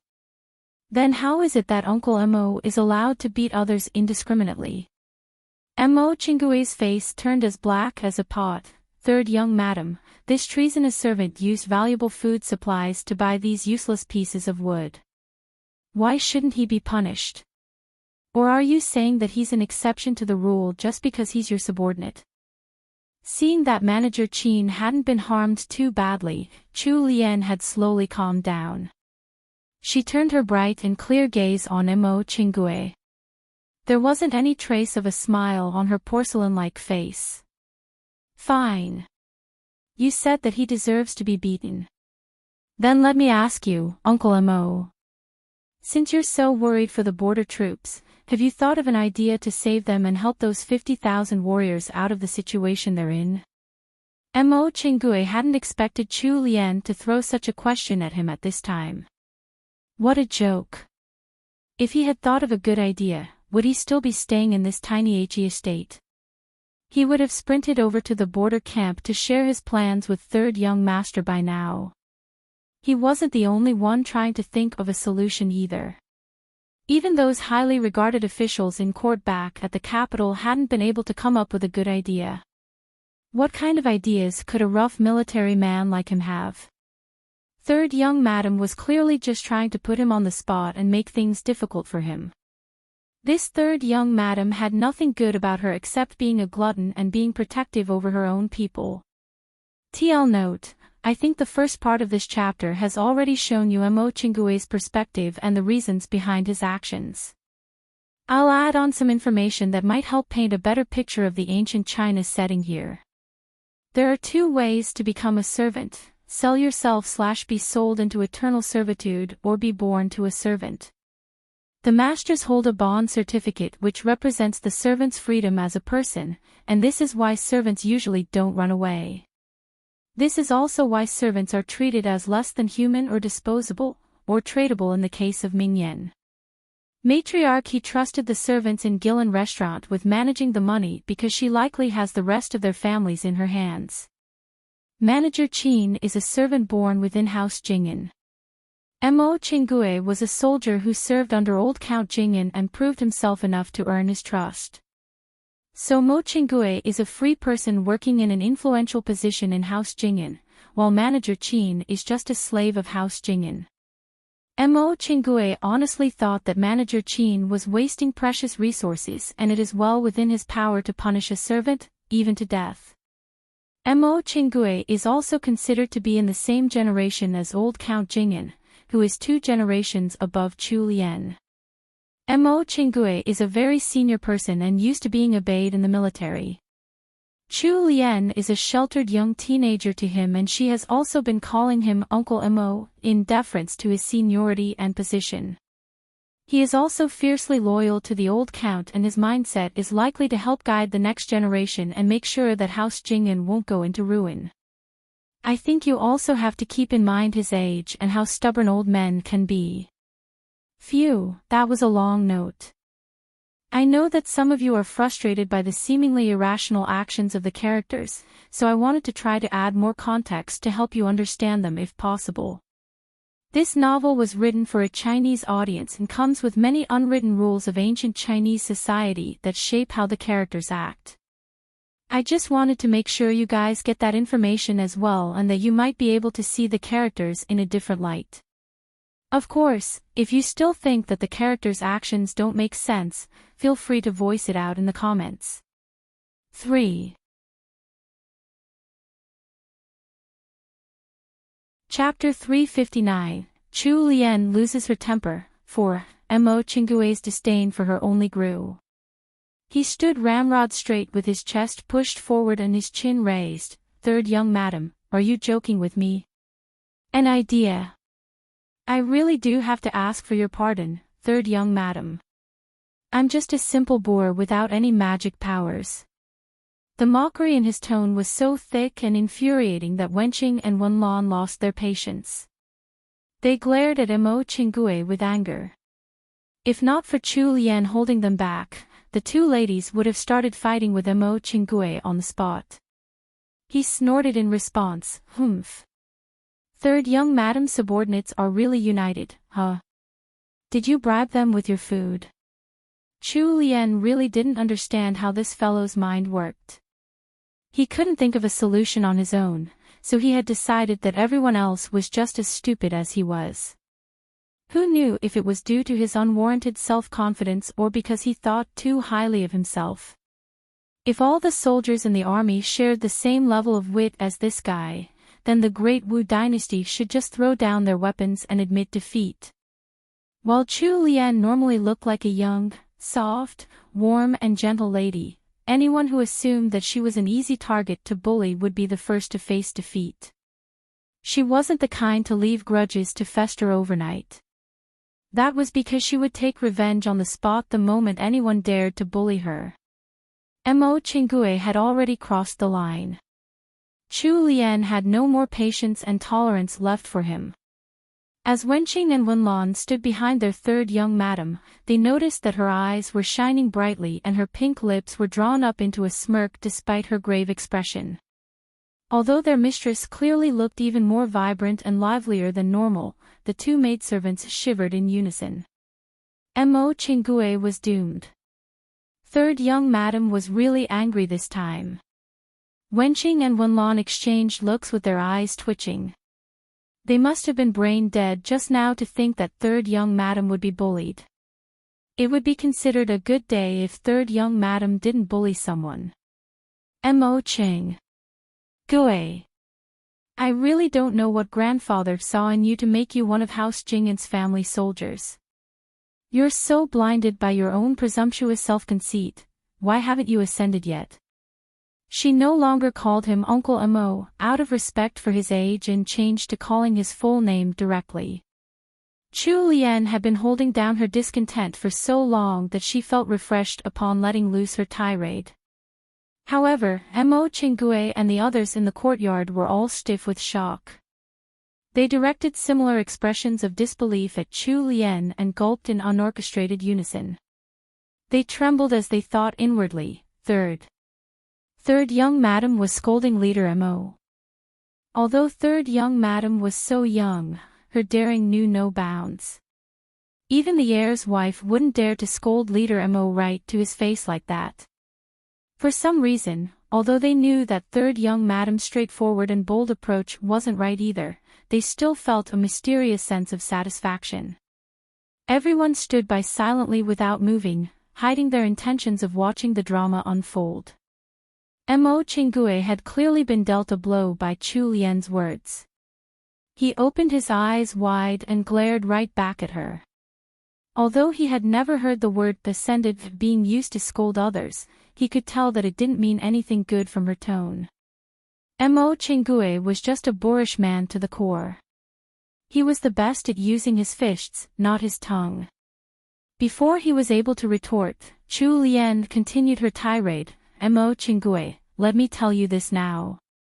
Anything that is impossible to you becomes a real possibility in my hands. Don't use that narrow-minded gaze of yours to judge others. Just because you can't do it doesn't mean that others can't do it too. I'll reveal a little more to you. These useless pieces of fur might not even be worth a wheat pancake to you, but they're going to do what you couldn't do and save those 50,000 soldiers. Leaving behind her words, Chu Lian turned and left. Tang Yan, who had been standing right outside the courtyard for some time, had heard her. She trusted that he would be able to take care of the rest. Actually, Mo Qinggui wasn't as bad as Chu Lian made him out to be. He was just too stubborn and didn't know how to adapt to new changes. She believed that her words would be enough to wake him up and prevent him from becoming an obstacle on their northern journey. Chu Lian left just as quickly as she had come, like a breeze. However, this wasn't a gentle and refreshing breeze, it was a fearsome hurricane that had completely bowled over everyone present in the courtyard. Mo Qinggui was so stunned by the whole chain of events that all the nerves in his body seemed to be frozen. He couldn't move at all. Chapter 360, Shut Out, 1. Had he been hallucinating? What had third young madam said just now? Did she say that she had a way to help the border troops out of their dangerous situation? Mo Qinggui stood there dazed for 20 whole seconds before the haziness in his eyes cleared up and he seemed to come back to life. He looked around the courtyard in panic, but Chu Lian's figure had long since disappeared. He roared in agitation, "Where is third young madam? The old soldiers who had been carrying out Manager Chin's punishment were stricken with terror. Although they were already getting on in age, their hearing was still working fine. They had heard third young madam's words just now. Manager Chin had gone out to find these pieces of fir wood for the sake of saving the 50,000 border troops. However, they had not only blamed him unjustly for his actions, but they had almost beaten him to death. When they thought of what they had almost wrought, cold sweat ran down their backs in the middle of the cold winter day. The soldiers stared at Mo Chingue with condemning gazes. "Brother Mo, third young madam is already gone." Mo Chingue ran after her without thinking. Although he didn't quite dare to trust in her yet, since Chu Lian had spoken, that meant that there was hope. Even though he couldn't think of how those pieces of fir wood would be able to save the troops. The people of the Great Wu dynasty placed great emphasis on keeping to one's word. This wasn't the modern era where even the most binding contracts could be broken. This was an era where a promise was worth 1,000 taels of gold. All families, no matter their size or influence, would keep promises made by their ancestors for generations upon generations. Thus, when Chu Lian made her outrageous claim in front of Mo Chingue, he didn't have an ounce of suspicion that she was spinning up a story. Since she had spoken those words, then there was definitely some hope. It was indeed so. The old carpenter had already finished building Chu Lian's idea. It was just a matter of time before they were able to put it to use. At this moment, Mo Chingue had instantly forgotten all the disdain he had for Chu Lian. He chased right after her without any shame. When the old soldiers saw their leader Mo acting so shamelessly, they wanted to pretend that they didn't know him at all. This was entirely different from what they had imagined would happen at the start. "Oh great leader, shouldn't you be scolding her right back with anger and arrogance?" Mo Chingue ran off quickly, leaving a huge mess behind him. Manager Chin and the manservants were still tied up and there was still a pile of fir wood at the side. One of the old soldiers hurriedly ran off to ask about what they were supposed to do. Mo Chingue then ordered them to untie Manager Chin and to help them send the fir wood to Chu Lian's courtyard. Tang Yen stood at the entrance of the side courtyard with his guards. When he heard what was going on, he shook his head. Even he had been frightened by Chu Lian's words just now. He had thought to come out to mediate at first, but who knew that the whole scene would come to such a dramatic end. Honored Lady Dreamy was really full of surprises. "Sir, will you step into this matter?" One of the guards next to Tang Yen inquired. Tang Yen shook his head with a smile. "This matter has already been settled. Didn't you hear? Honored Lady has already found a solution. Come on, let's go and take a look." Tang Yen turned and started walking towards Chu Lian's courtyard as well. When he reached the entrance, he was met with the sight of Mo Chingue being blocked from entering the courtyard. When he saw the old soldier pacing back and forth at the entrance without care for the feather-sized snow falling from the sky, Tang Yen hesitated before going up to him. "Leader Mo, why are you standing out here? Why don't you go in and take a look?" Leader Mo hated literary officials like Tang Yen the most. After glaring at him, he continued pacing with his hands behind his back. Tang Yen didn't mind the frostiness from the old soldier. He turned towards the entrance and was about to stride right in when Li Xing used a sword to block his path. "Sir Tang, please stop right there. Honored Lady has given us instructions to prevent anyone from entering apart from the people who work in this courtyard." Chapter 361, Shut Out, 2. Tang Yen hadn't thought that he would be blocked from entering as well. He ended up standing right next to Mo Chingue in the corridor. Tang Yen shook his head helplessly and turned to Mo Chingue. He complained, "Leader Mo, I've been dragged down by you."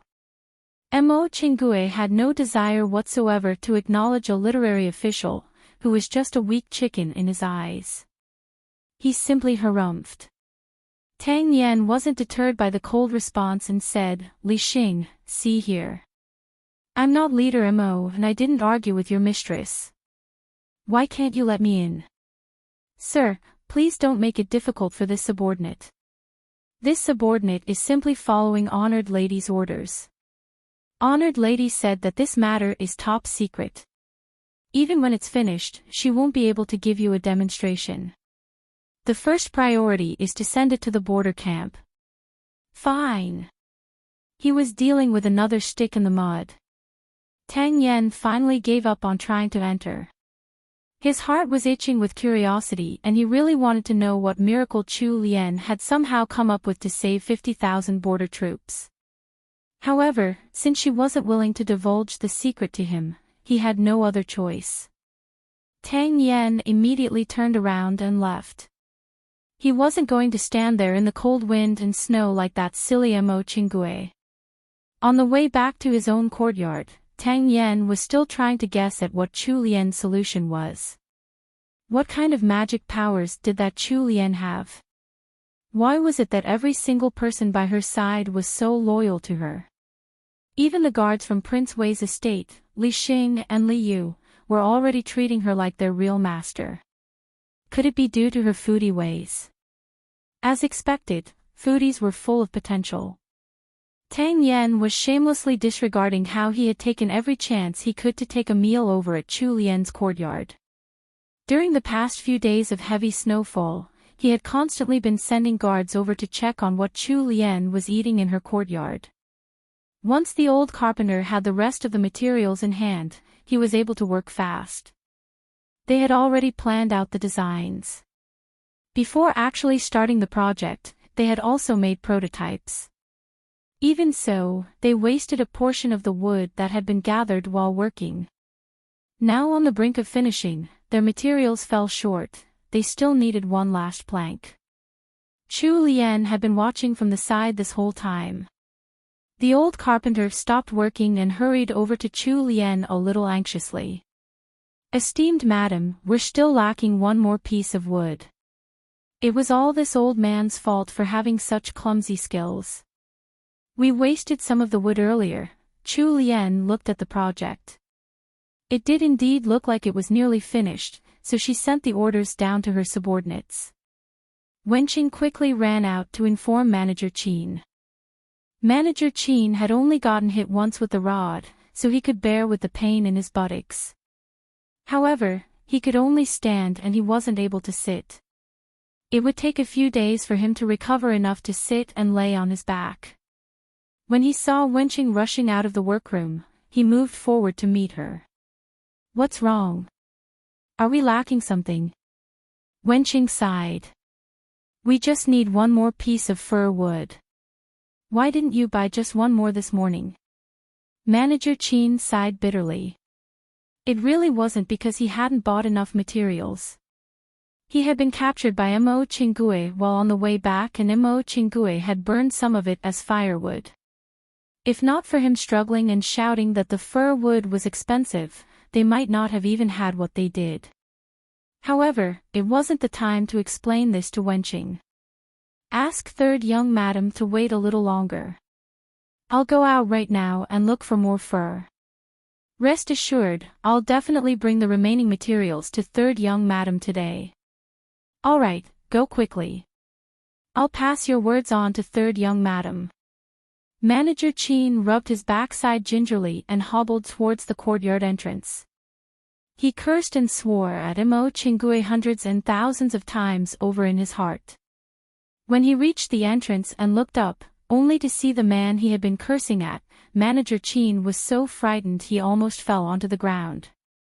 Once he could see the man's face clearly, Manager Qin spat on the ground and mumbled angrily under his breath, "How unlucky." Although Mo Chingue found it awkward as well, he still reached out to help Manager Qin find his feet before asking anxiously, "Manager Qin, how is that thing that third young madam is building? I definitely won't interfere or leak any information. Could you let me in to look at it?" Manager Qin snatched his arm back in a cold manner before sending a side-eyed glance at Mo Chingue. Then, he said, thanks to Leader Mo's heroic actions, we're now short on fir wood, so we can't complete the project. This humble one is about to go out and search for more. Chapter 362, Snowboat 1. What? They were lacking one more piece of fir wood. Leader Mo was filled with regret as he remembered the pieces of wood he had carelessly burned earlier. When he looked at how Manager Chin was hobbling away while holding on to his behind, he felt even more anxious. At this rate, wouldn't he take too long to find more fir wood? Mo Chingue followed closely behind Manager Chin and said, "Manager Chin, you're injured, so leave this matter to me." Manager Chin looked him up and down and snorted in his heart. This Mo Chingue was making his two-faced act so obvious that he felt irritated just looking at him. "If you want to go, then go ahead. I'm not holding you back. However, since this is something that third young madam has ordered me to do, I have to do my best to complete my task no matter what." After saying so, Manager Chin tossed his sleeves and hurried away while bearing with the pain from his injury, completely ignoring Mo Chingue. Mo Chingue knew that he had gone overboard with his actions previously. However, what was done was done. He couldn't turn back time. He gritted his teeth and led a party of his men out to search for fir wood as well. After 4 hours, it was still Manager Chin who found some supplies of fir wood first and sent it back to the He estate. He had already gone out to buy wood a few times, so he had some connections. In just a short moment, the object that Chu Lian had entrusted to the old carpenter to bought was completed. Chu Lian ordered her people to move the object to one of the more deserted courtyards.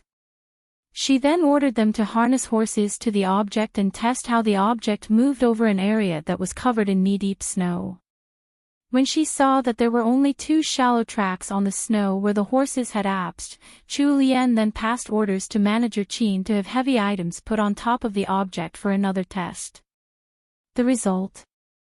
The horses were actually able to maintain a normal speed even while pulling a load of goods.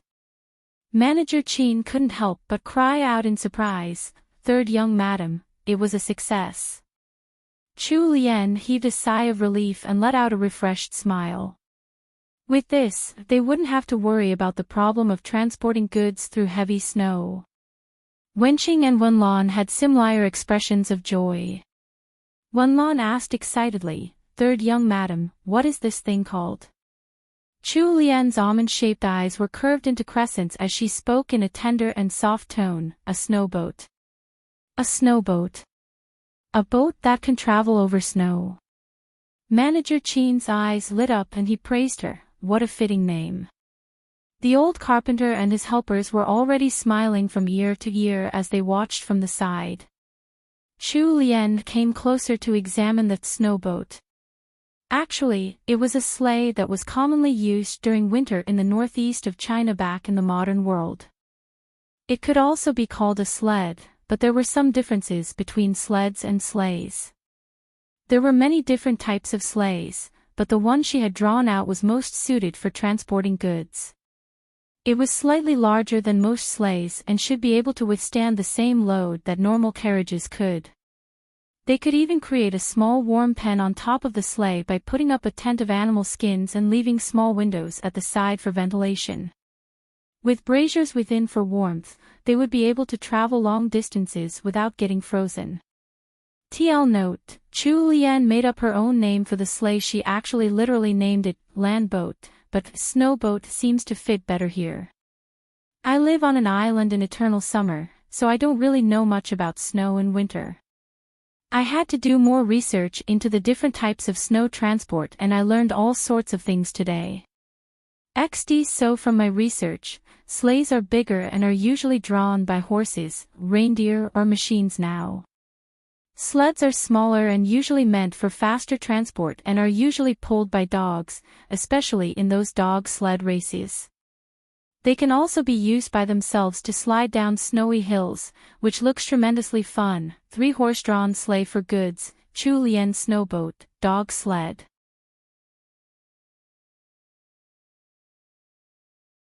Go over personally and give them something to eat. After hearing her orders, Li Yu was clearly relieved. She quickly went off to carry out the task she had been given. Once Li Yu had left the room, Wenlan mumbled in complaint, "Third young madam, are you really going to have this servant send them something to eat even after what he did?" Chu Lian looked up and shot her a look. "It's just some porridge and buns. When did you become so stingy, you little rascal? Furthermore, those are just some simple items. If we're able to bribe Leader Mo with those, won't it save us more time and energy?" She wouldn't even have to speak then. Upon hearing Chu Lian's words, Wenlan gaped. Fine, she was worrying for nothing then. Their third young madam probably already had some plan in mind. She should be lighting a candle and praying for that Leader Mo instead. As expected, once Wenlan sent over a pot of porridge and a box of buns over to Leader Mo's courtyard, that stubborn old soldier really ended up getting bought over by the food. The man who had refused to eat anything from Chu Lian's courtyard was now the most fervent fan of her food. He even snatched more than half of the buns in the box just for himself and refused to let anyone have them. All of the old soldiers were now ashamed to be part of Mo Chingui's party. However, the scar-faced Leader Mo was so thick-skinned that his eyes didn't even twitch when faced with his old comrades' mocking remarks. Early in the morning, Great General Qian gathered his most trusted subordinates in the commander's tent. Once everyone left the commander's tent, most of their faces looked about the same as He Sanlang's usual icy expression. Xiao Hongyu patted He Changdi's shoulder with a bitter smile. "I'm not used to there being so many brother He's in the camp so suddenly." When Zhang Mai saw that he still had the mood to joke around, he glared fiercely at the brat. Xiao Hongyu pouted with a wronged expression. Even the officers had been forced to eat bean paste these few days. Couldn't he just crack a joke to lift the mood a little? He Sanlang stood on the observation tower in camp and looked towards the horizon. Urgency was like a raging beast in his heart. Why hadn't they come yet?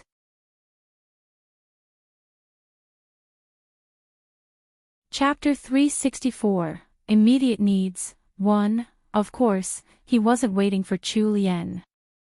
Although the Chu Lian of his lifetime seemed to be a whole other person from the previous one, He Sanlang's feelings for her were growing the more he interacted with her. However, He Changdi had never thought that Chu Lian might have a solution for the border troop situation. In his eyes, as clever and cunning as Chu Lian was, she wasn't so capable as to share in the burden of helping the border troops. Although he only had a rough understanding of what had happened in this war from his previous life, since had already managed to cheat death once, he wouldn't be so silly as to sit and wait for his second death. Once he saw the border troop situation for himself, he had still sighed and worry. He understood that his preparations were far from enough. It might still be able to help the border troops out of trouble momentarily, but it wouldn't be able to treat the root of their problems. It hadn't been that long since He Changdi had come to the border, so it was already pretty impressive that he had been able to take some preemptive measures. "Captain, it looks like there's someone over there." He Changdi's thoughts were pulled back into reality by the guards on duty. His gaze lifted and focused on the swirling snow in the distance. The wind-propelled snow blocked most of his vision, but he could still make out the vague outline of a party of men and horses. He Changdi's eyes shone with life and the eternal ice that covered his face seemed to have melted a little. He signaled the soldiers up on the watchtower and strode towards the tower himself. When he reached the foot of the tower, he shouted for his personal guards and mounted his horse. In a short moment, he was already leading his soldiers out of the main camp and sprinting towards the barely visible group of people in front. The guards on the watchtower waved a small red flag and made a few signals towards the camp. The soldiers on patrol immediately informed their leaders, rousing the camp. Barely a few moments later, a few hundred people had charged out of the camp, hot on the heels of He Sanlang. Before he had even reached the group of men and horses in the snow, He Changdi leaped from his horse, making a somersault before landing soundly right in front of the leader of the party. It was only after they had drawn close that Heartwarming's guards finally saw that it was a merchant caravan they were facing. They formed a long line of men with 20 or more carriages following behind. The carriages were clearly used for transport and loaded down with goods. The guards' eyes lit up the moment they realized what the caravan was transporting. They couldn't resist gulping down some drool. This carriage couldn't possibly be transporting food. They hadn't been to eat their fill for many days by now. The leader of the caravan was seated at the front of the first carriage. He was completely wrapped up in a fur cloak, topped off with a fur hat, such that only his eyes could be seen. By this time, his gaze had also landed on Heartwarming. He stumbled off the carriage and almost fell into the slough. With staggering steps, he ran towards Heartwarming and made it in front of him in just 2 strides. He immediately kneeled down without caring for the calf-deep snow and broke out into loud wails. "Third young master, this servant has finally returned. This servant hasn't failed you." Liu's voice was all hoarse and even the skin on his face had cracked up from the harsh winds. He completely disregarded his image and sobbed his heart out with his snot and tears flowing out freely, making an absolutely pitiful picture. Heartwarming felt that his manservant was being ridiculous, but his heart was filled with warmth. He hadn't trusted the wrong person in this lifetime. All right. Get up. Don't tell me you're planning to sleep overnight on the snow here." While Heartwarming spoke in his usual cold one, everyone could sense the caring in his words. Liu immediately scrambled up from the ground. He roughly brushed away the tears left on his face before pulling down the fur hood wrapped around his neck. It was only then that Heartwarming could finally see his manservant's face. After so many months apart, Liu's originally chubby face had slimmed down entirely. Right now, there were traces of maturity showing on his face. However, with his disheveled stubble, dry and cracked lips, as well as frost-reddened skin, he didn't make for a pretty picture. His heart had been in his throat for the whole journey here to the north with the supply caravan. Now that he had finally accomplished this mission, it was as if a burden had lifted from his heart. He smiled like a silly fool at Heartwarming. As for Heartwarming's guards, when they heard what their captain and the wretched-looking man before them had said, their jaws dropped in shock. Despite his appearance, the leader of the caravan was one of their captain's subordinates. Didn't that mean that all of the supplies in this caravan were meant for the border camp? The guards couldn't hide their joy at all.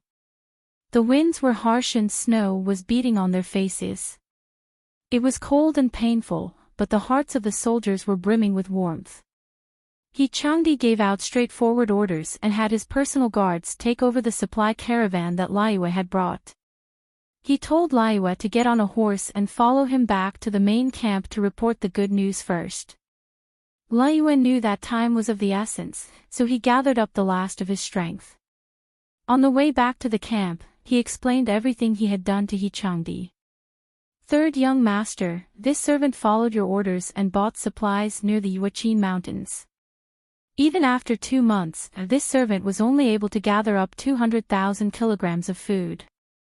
When we were crossing the border into Liangzhou, we were attacked by barbarians and we lost around 20,000 kilograms of our supplies. Taking away the supplies we used on the journey here, we only had 150,000 kilograms worth left by the time we came to the heart of Liangzhou. 150,000 kilograms of food. If they went by the normal amount of army rations, it would only be enough to feed 50,000 troops for 6 to 7 days. Even in these extreme circumstances, it wouldn't last more than 10 days. The border troops were already running out of supplies. This 150,000 kilograms of food could only buy them a few more days. They were still treading very close to danger. He had to find another way. Heartwarming's hands curled up into fists so tight that he almost snapped his reins. He gazed at the camp in the distance with unreadable eyes and a resolute expression, cheering himself on in his heart. He was no longer the Heartwarming of the past. He was going to find a way to get the border troops out of this crisis. The current snowstorm was likely to last for another month. They had to survive this month somehow and mount a counterattack to take down the Tuhans once and for all.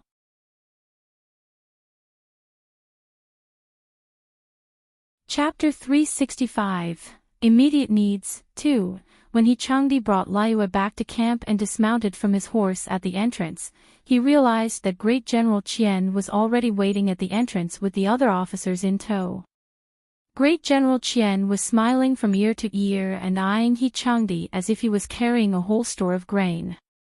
Some of the soldiers had likely run ahead of him and reported the good news to Great General Qian first.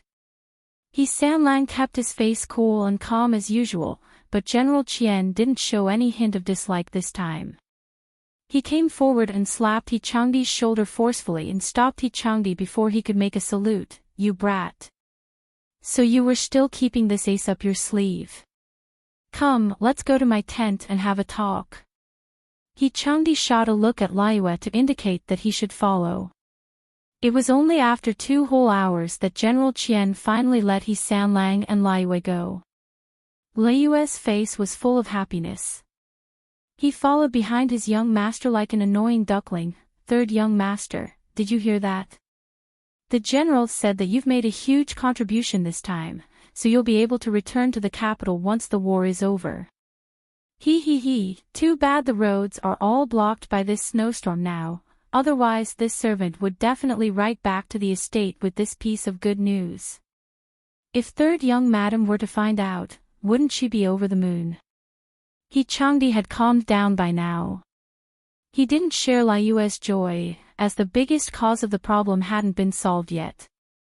The food that Liyue had sent over was only enough to solve their immediate needs, and they were merely delaying the ticking time bomb about to explode in their faces. He just couldn't cheer up at all. While his worries still dominated his heart, it was easy for his mood to shift. However, Liyue still had to mention Chu Lian. Changdi's eyes narrowed into slits. That wicked woman Chu Lian. If not for her, he wouldn't have met such a terrible fate. He wouldn't have reincarnated and come running out to this dragged border to fight for a slim chance of survival. Changdi snorted. "So you were bought over by just a single bowl of third young madam's braised pork? How cheap." Liyue shrunk back. He had instantly realized that his master was angry from that mocking tone of his. However, hadn't he been perfectly fine moments ago? Why was he so unhappy now? Liyue scratched his head in confusion. He just couldn't understand the complicated nuances of his young master's moods. Then this servant won't write any letters to third young madam. This servant will only write to the matriarch and madam. They'll be extremely delighted for sure. Changdi sneered. Could his manservant get any more stupid? If he wrote back to the estate, wouldn't his doting grandmother tell that wicked woman everything anyway? When Sanlang abruptly realized that his mind was drifting to meaningless possibilities, he blanked out for a moment before pressing his lips together. He said, "You don't have to think about writing back. Your third young madam is right here in Liangzhou City." Changdi's tone was emotionless, but Liyue jumped in surprise after hearing his words. His eyes opened wide as he asked in disbelief, "Third young master, what did you say?" "Third young madam is here in Liangzhou." The only reply that Liyue got from Sanlang was a cold sneer frosty enough to freeze his nose off. This time, Liyue finally believed that third young madam had really come to Liangzhou. He quickly spoke up, "Then this servant will rest for 2 days and go to visit third young madam after this servant's body has warmed up. It's not easy for third young madam to come all the way to Liangzhou as a young lady." As Liyue mumbled by his ear about how it wasn't easy for a woman to travel this far out, the ice block that was Changdi's face slowly started to melt. His imagination brought forth an image to his mind. He thought of how Chu Lian must have trudged through the snow while holding up her thin skirt, showing how her pretty embroidered shoes had been soaked through. Her cheeks had most likely been flushed red from the cold winds, while her wide eyes had been filled with unshed tears as she soldiered on. A strong breeze almost pushed the Chu Lian of his imagination into the snow. That wicked woman abruptly looked up towards him with two watery and aggrieved eyes. He Changdi's body froze and he was filled with the urge to reach out to pull her into his arms and wrap her entire person with his warm cloak and embrace. However, the reality was vastly different from He Sanlang's imagination. On her way here, Chu Lian had simply sat in a brazier-warmed carriage with handwarmers. She had been wrapped in a fur coat coupled with fur-lined boots. She hadn't even gotten a single chilblain from the cold. How could she possibly have come to the north by walking through the snow? If the overly imaginative He Sanlang were to find out the truth, who knows if he would be angry with himself or the wicked woman Chu Lian. This time, He Changdi kept his calm and didn't speak a word of agreement or disapproval. However, Liyue had been serving his master for a long time, so of course he understood his master's thoughts. Actually, their third young master was a really kind person. He was just held back by his pride sometimes. Liyue chuckled and took He Sanlang's silence as approval. After he finished chatting about happier matters, the smile on Liyue's face slowly vanished. He spoke in a grave tone, "Third young master, while this servant was in the Yuqin mountains, this servant wanted to buy more food, but this servant didn't have enough silver on hand. This servant used up all the silver and traded away the jade amulets and accessories you gave, but this servant was only able to bring back this much."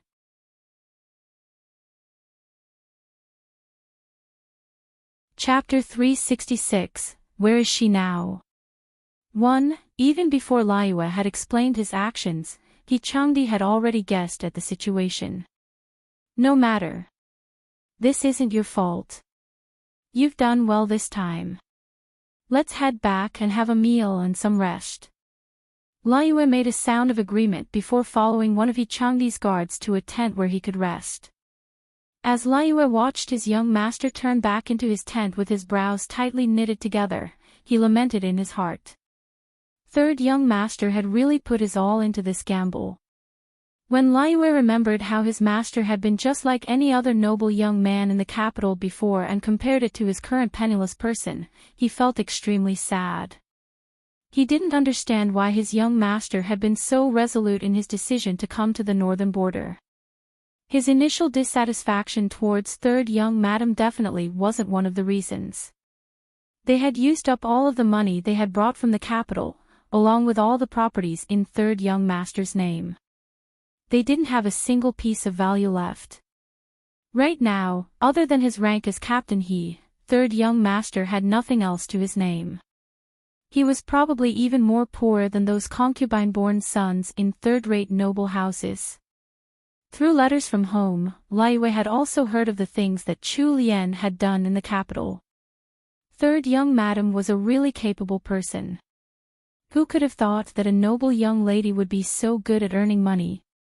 Just going by Gillen restaurant alone, third young madam's pockets were likely filled to bursting.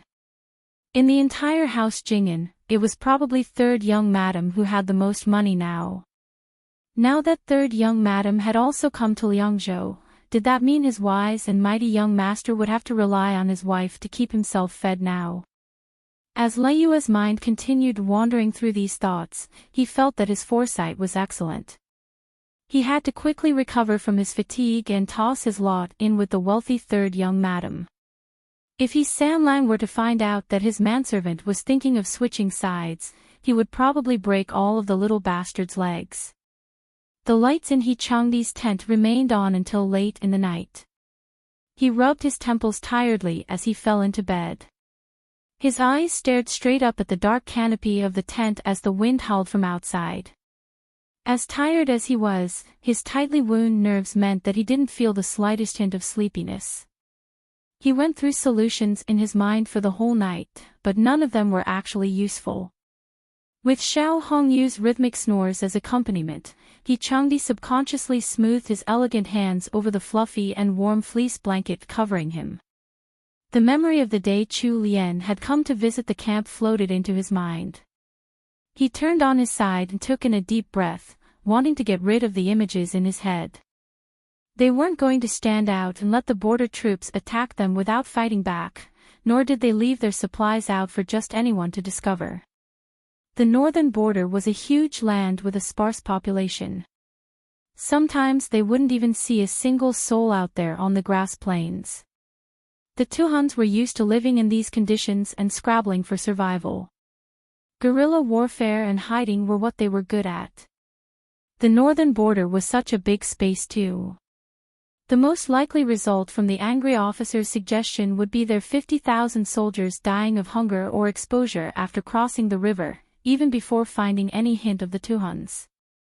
Thus, all they could do was wait as their supplies dwindled down. If they wanted to bring supplies in, they would have to think of a way to get to the heartlands of the Great Wu.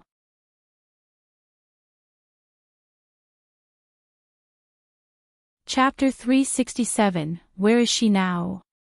2. Another officer brought up a suggestion. How about raiding the barbarians? Ha ha. The barbarians were even poorer than the Tuhans. They only knew how to graze their livestock and they didn't even know if they would be able to survive the winter themselves. There was nothing for them to raid there. The barbarians were much fewer in number than the Tuhans anyway. Most of them were scattered all throughout the plains. They also suffered from regular raids by the Tuhans, so they were likely all hiding under a pile of snow somewhere. The troops couldn't depend on finding 10,000 nomadic barbarians to feed their 50,000 soldiers. Even the suggestion of having one last meal and fighting it out with the Tuhans was better. In the end, no one had a solution that was sound enough. Most of the leaders in the army were old generals who had experienced many battles. Despite their many successes and ideas in the past, when it came to the current situation, all of them could only scratch their heads in futile search of a good solution. It wasn't as if General Qian hadn't tried sending men to Sioux City to bring back their supplies. However, half of the party had already suffered frostbite even before making it out of Liangzhou.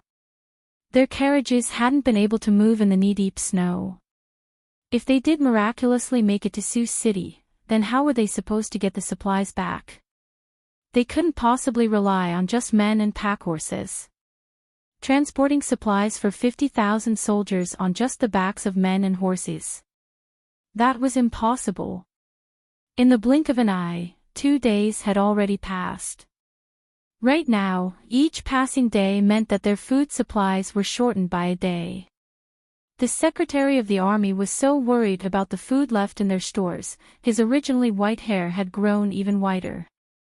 No matter how much they tried to scrimp and save, the food wasn't enough to last a single month. Early in the morning, Liu packed up a small bag. A red object shaped like a rod was sticking out of his bag. Right before he left, Liu came to He Changdi's tent to report. Xiao Hongyu was away leading his subordinates on a morning training exercise, so only He Sanlang was left in the tent. Liu set down the bag he was carrying on his back and stared at the objects in the bag while trying to hold back his drool. Third young master, are you really not going to eat some of this? This servant can keep some of this aside for you. All you've been eating in the army is bean gruel for so many days. Wouldn't it be nice to have some of this to chew on for a change of taste occasionally? He Sanlang was holding a military tactic book in hand as he cast a cool glance at Liu. No need. These are all women's snacks, why leave them for me? Give them all to your third young madam. Liu could only take up the bag once again. Third young master, is there any message you would like this servant to pass on to third young madam? He Changdi thought for a moment before walking over to his bedside and taking out a letter from under his pillow. He passed it over to Liu casually. Liu received the letter with both hands and smiled eagerly. It seemed like his master was warming up to his mistress. When He Sanlang caught sight of Liu's silly and joyful smile, his expression stiffened up a little and he aimed a kick at Liu's behind. Why haven't you gone yet? Are you waiting for me to escort you out? Liyue dodged his young master's kick skillfully before chuckling. Third young master, please calm down. This servant will leave right now. This servant is good at riding, so third young madam will definitely get your letter as soon as possible. After saying so, Liyue carefully placed Changdi's letter in the bag containing stalks of sugarcane. When he left Sanlang's tent, Liyue was still carrying a smile on his face. Even though third young master had claimed not to like third young madam, just look at what he was doing now. He had spent so much effort to bring back this sugarcane, but third young master wasn't keeping a single piece. Instead, he was sending them all to third young madam. After an hour had passed, a familiar voice called out to Changdi from outside the tent. Changdi looked up from his tactic books with a frown. What was wrong with Liyue? Hadn't he left just a while ago? Why was he back so soon? In the next second, Changdi's cold and handsome face was contorted into an ugly expression. Had something happened to that wicked woman Chulian? When he thought of the possibility, Sanlang couldn't hold still any longer. He stood up abruptly in panic, almost toppling his chair over. Just as he was about to grab his cloak and sword and rush out of his tent, the tent flap lifted and Liyue entered from outside. His face was filled with joy and he immediately started shouting even before he had completely entered the tent. Third young master, good news. Changdi could sense Liyue's excitement and uncontainable joy from his voice alone, so the tension and fright drained away from his heart. His grip on his scabbard loosened, although there was still some frost in his tone when he spoke. What happened? If you don't give me a good reason for all this, I'll sentence you to a suitable military punishment. The news was just too uplifting. Liyue completely disregarded his master's threat and finished stepping into the tent. When he saw what Changdi was holding in hand, he spoke up curiously. Third young master, are you on the way out? Sanlang harumphed and set his cloak and sword back to their original places. Liyue felt shivers go down his spine from the cold aura that his master was emanating, so he quickly reported everything he had just heard. This servant was on the way to Liangzhou's Ichi estate this morning, but while on the way there, this servant met Sir Tang and Uncle Mo with a party of men and horses. On such a cold day and so much snow on the ground, they actually brought out a large carriage. This servant was stunned speechless, so this servant was about to go up and ask about what was going on when third young madam spoke from the carriage. After Sanlang finished listening to Liyue's explanation, the depths of his eyes grew darker. What did you say? The carriage that Chu Lian was sitting in didn't have any wheels. Liyue nodded furiously, disbelief still clear on his face. This servant doesn't know how third young madam's carriage was built. It's strange enough that it doesn't have any wheels, but it can move really fast over snow, as if it's flying. It won't sink into the snow either. Thoughts flew through Changdi's mind at lightning-fast speeds. Almost in the same instant, he thought of how this wheelless carriage could be used. His eyes lit up like stars in the night sky. Even the cool and reserved Sanlang had moments of excitement like this. Where is she now? Tell me. Where is she?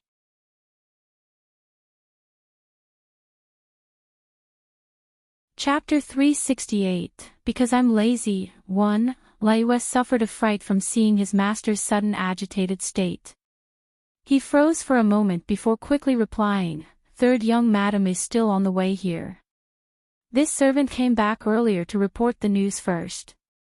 Judging by the time, third young madam must have reached by now. Third young madam, before Liyue could finish speaking, Sanlang rushed out of the tent like a whirlwind. Chu Lian wasn't going to report to Great General Qian about the slay herself. Firstly, it wasn't appropriate for her to do so as a woman according to the customs of this dynasty. Secondly, it was because she had a personal wish she wanted to fulfill. Although her lunatic husband was rather abnormal compared to most people, in the days after coming to the northern border and interacting with Sanlang, her impression of him was much better than the day they had first met. Many times, it was just Changdi's pride getting in the way of him speaking up. She was a generous person, so she decided not to be as narrow-minded as he was.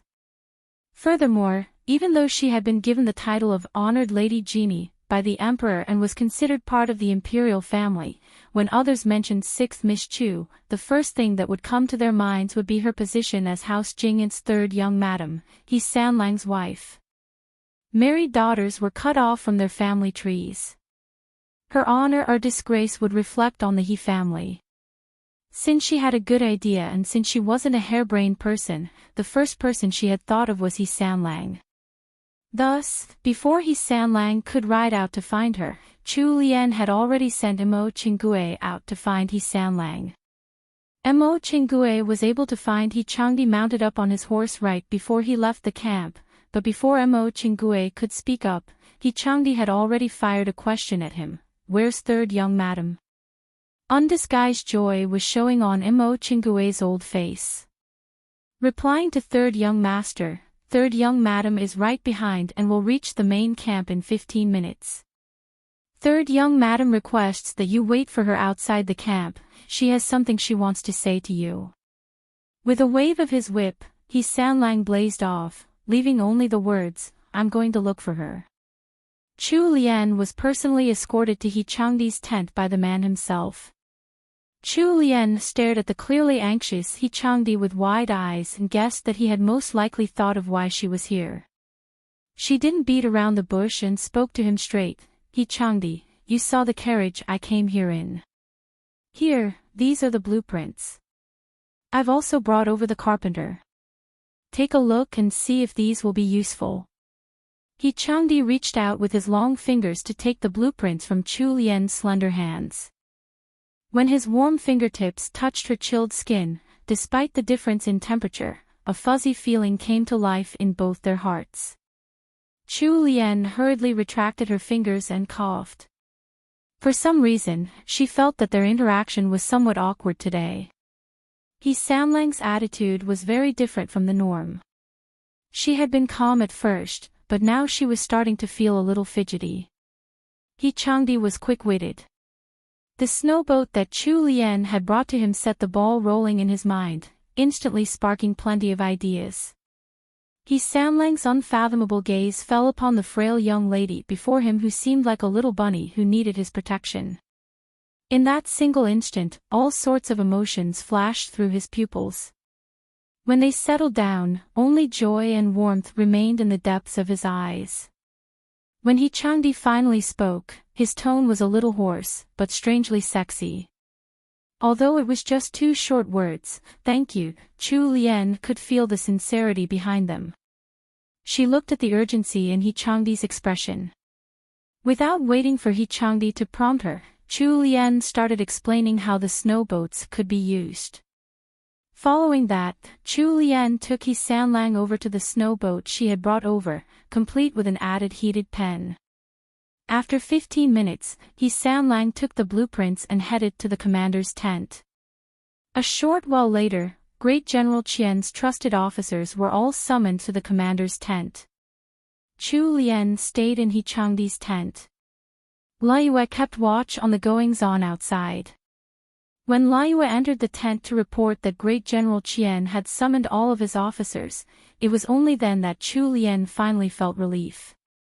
It looked like General Qian was taking the snowboat seriously. Chu Lian heaved a long sigh of relief. Now that she had finally set down her burden, her body felt light and loose. She even had the mood to direct Wenqing and Wenlan in an effort to pack up the tent for He Changdi. Only Chu Lian and her maidservants were left in the tent. As slow as they were, Wenqing and Wenlan had already understood the true reason why Chu Lian had ordered the snowboat to be built when third young madam handed over the blueprints to third young master. The respect that the 2 rascals had for their third young madam only increased. They turned to Chu Lian with sparkling eyes like miniature suns.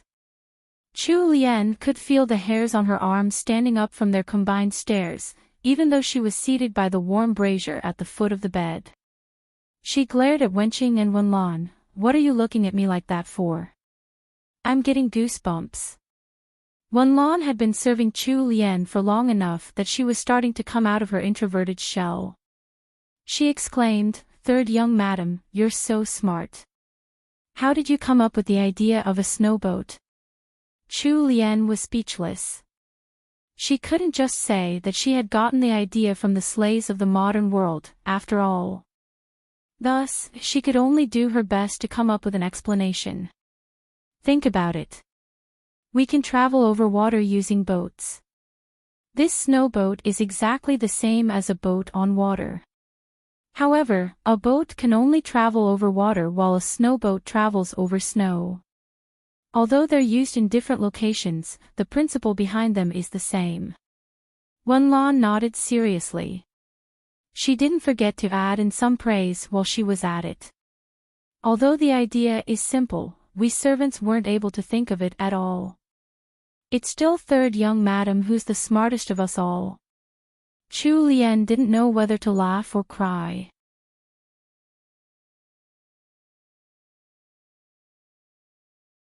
Chapter 369, Because I'm Lazy, 2. Wenqing noticed that Chu Lian was rubbing her hands together and huffing out her breath to warm them, so she quickly stuffed a new hand warmer into her hands.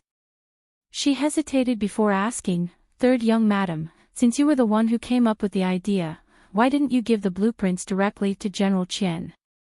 After Wenqing blurted out the question, she immediately realized that it wasn't appropriate. She hurriedly tried to make up for it. "Third young madam, please don't blame this servant.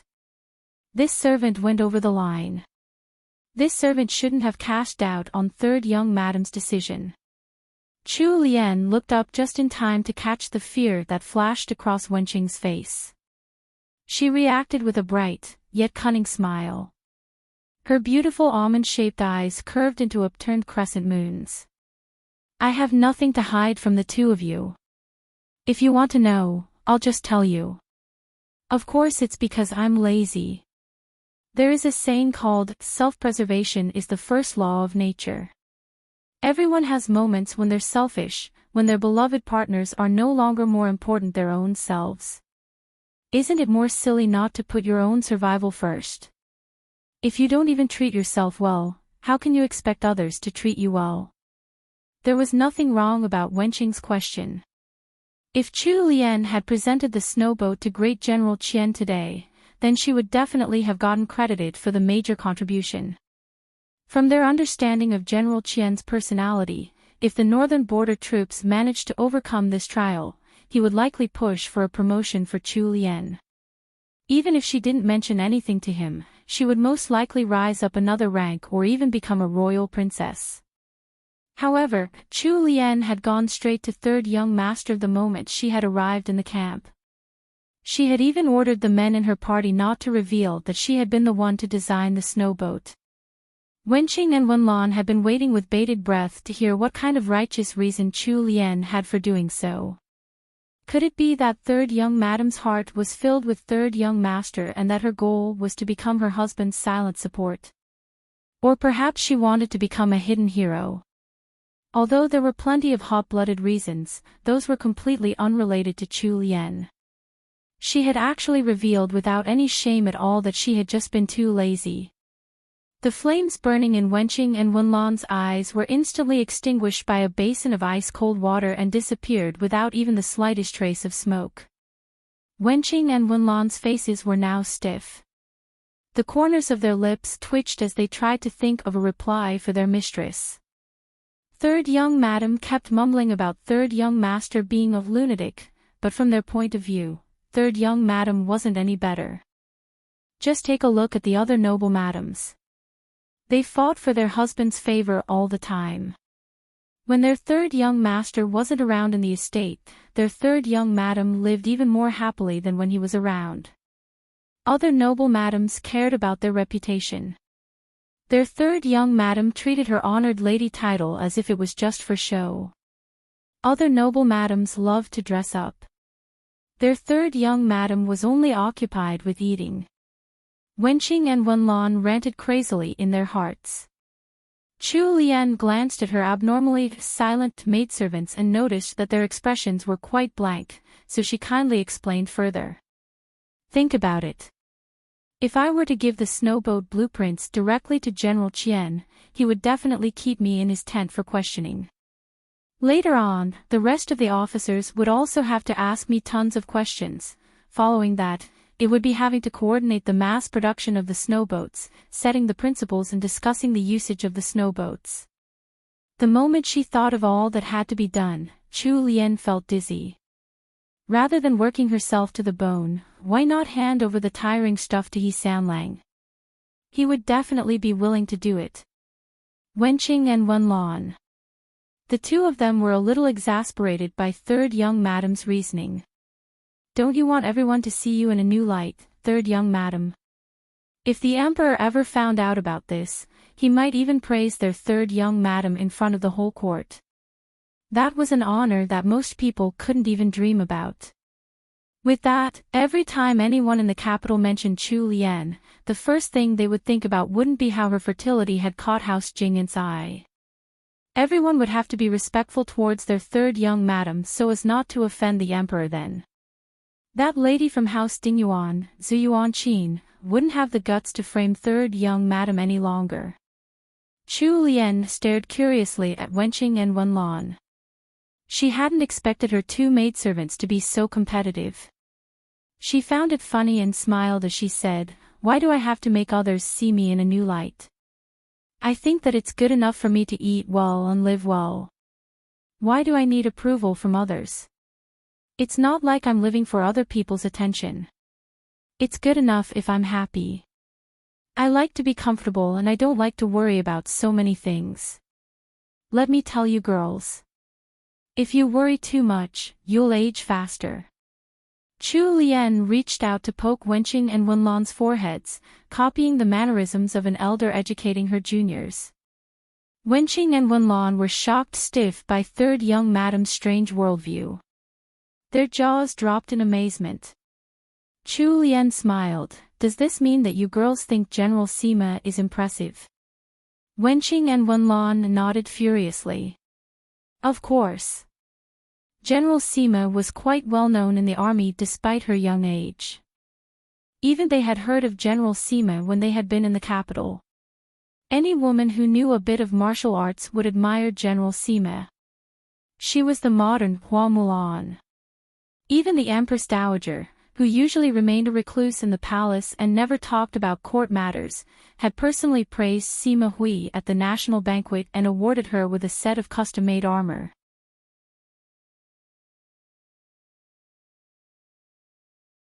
Chapter 370, Teppanyaki, 1. Chu Lian smiled in response without any intention of blaming Wenqing and Wenlan. Instead, she said, "Lady General Sima is already 20 this year, yet she has not wed. After her grandfather, old General Sima, passed on, she has never returned to her hometown in Shandong.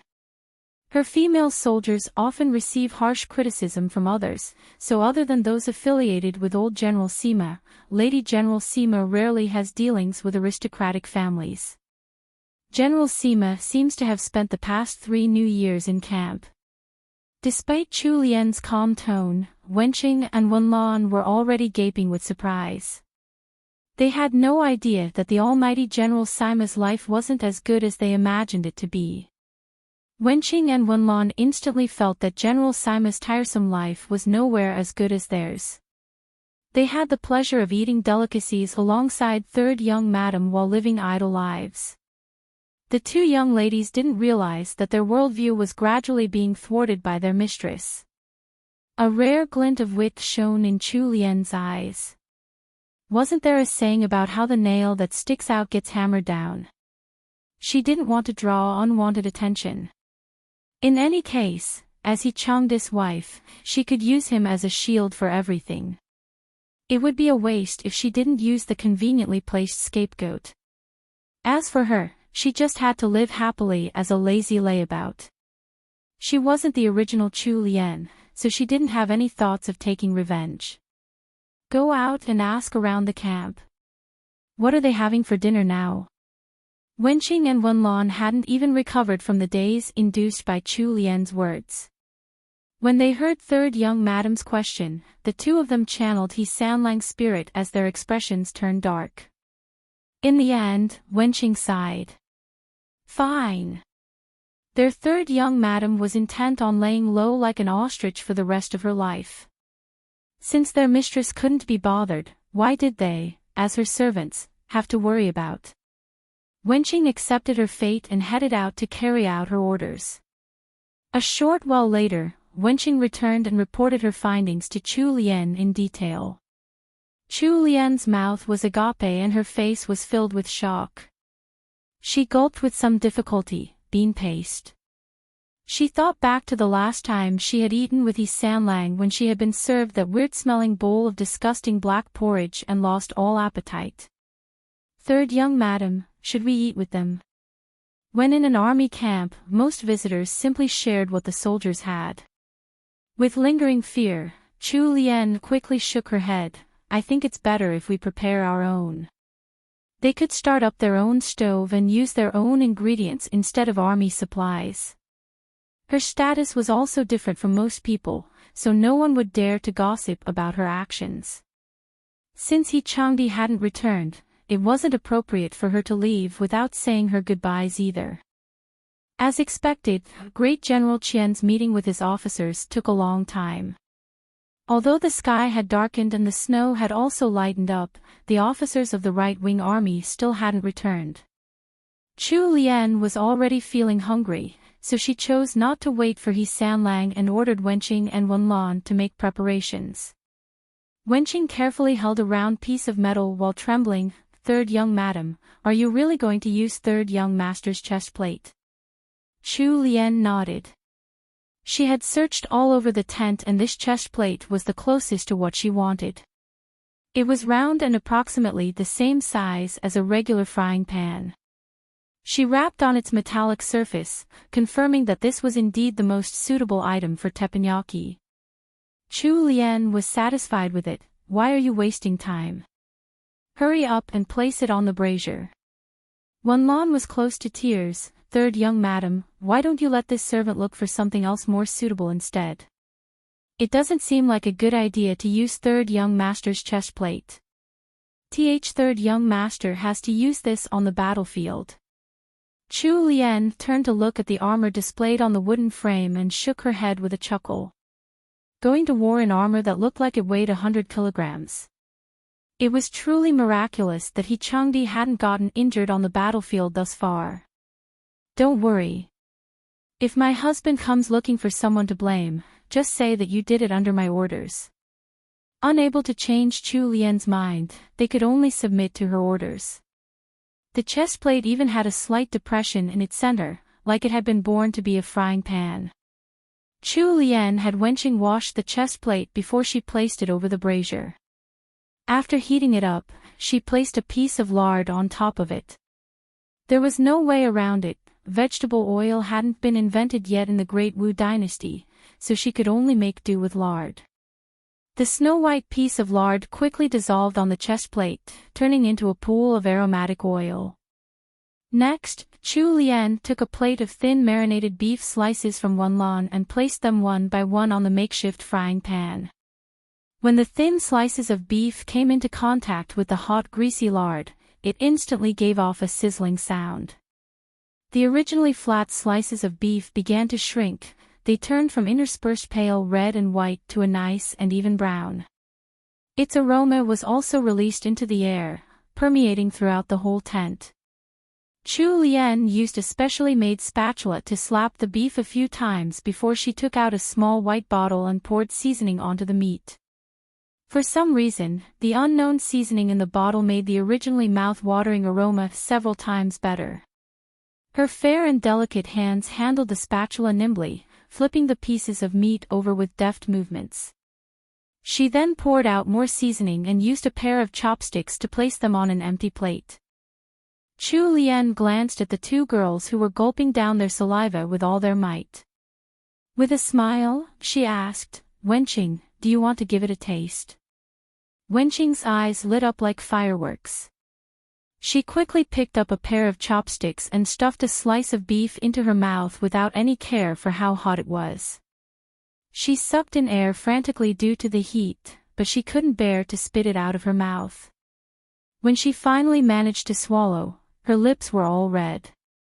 TL note: teppanyaki is a type of Japanese cuisine where they cook food on a heated iron surface, and that's exactly what Chu Lien is. Hilariously, doing XD, this is my guess for what Sanlang's armor should look like, going by the chest plate. Disclaimer: probably not historically accurate as I don't know enough about Chinese history. Ancient Chinese armor, and here we have the food porn teppanyaki beef slices, teppanyaki beef steak. If you've never heard of teppanyaki before, here's a video of what it's like in Japan, and this is what it's like when it's done shomen style.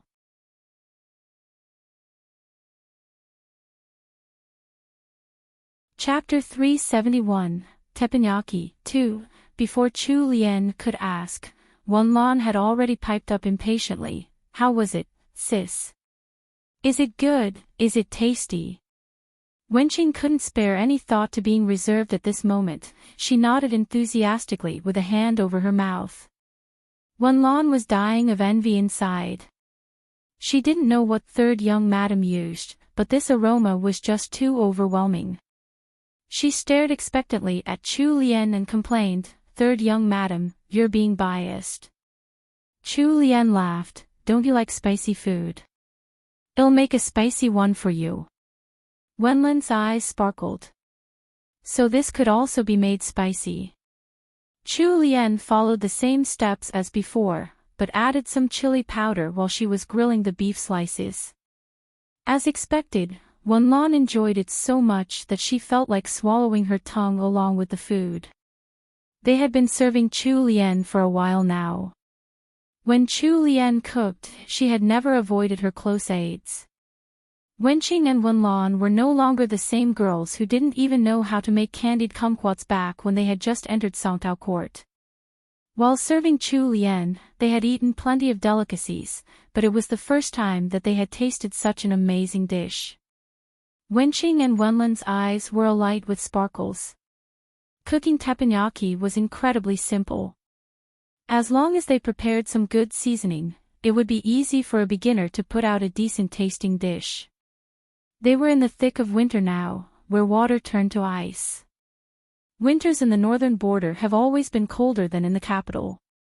There were also only grasslands to be found in this area, so there was very little vegetation available at this time. The main sources of food for the people in this area were beef and mutton. Grain crops, on the other hand, were pure extravagance. This could be seen from how the officers still had meat in their meals despite the lack of provisions. Back in Liangzhou City, she had ordered the He Estates guards to slaughter several yaks and sheep. Half of the meat had been taken outside to be frozen and stored. At this point of time, the northern border was like a natural refrigerator. Meat could be kept even without curing. When it was time to eat, they just had to take out and prepare the frozen meat. The beef and mutton Chu Lien ate were all stored like this. At such low temperatures, the freshness of the meat wasn't really affected at all. Chu Lien demonstrated the process a few times in front of Wenqing and Wenlan before completely handing over the task to the two maidservants. She watched over the bowl of lamb organ soup boiling in another earthenware pot and stirred it with a wooden ladle from time to time. She tasted it and nodded. The fire was just right and it was almost done. Wenlan placed a plate of slightly spicy grilled beef slices on the small table in front of Chu Lien before serving her a bowl of warm and nourishing lamb organ soup. Chu Lien picked up her chopsticks and sniffed lightly. Ah, only this kind of aroma could be called dinner. As for that bean paste, she would leave it to the officers and soldiers of the camp to finish. While Chu Lien and her servants were happily cooking up delicacies in the tent, the soldiers guarding the tent outside were suffering. Although the tent entrance was covered with a thick felt curtain to block the wind and snow, it couldn't hold back the aroma of food at all. From a small gap in the tent entrance, an enticing aroma drifted out, testing the hungry guards' restraint and making their eyes turn red.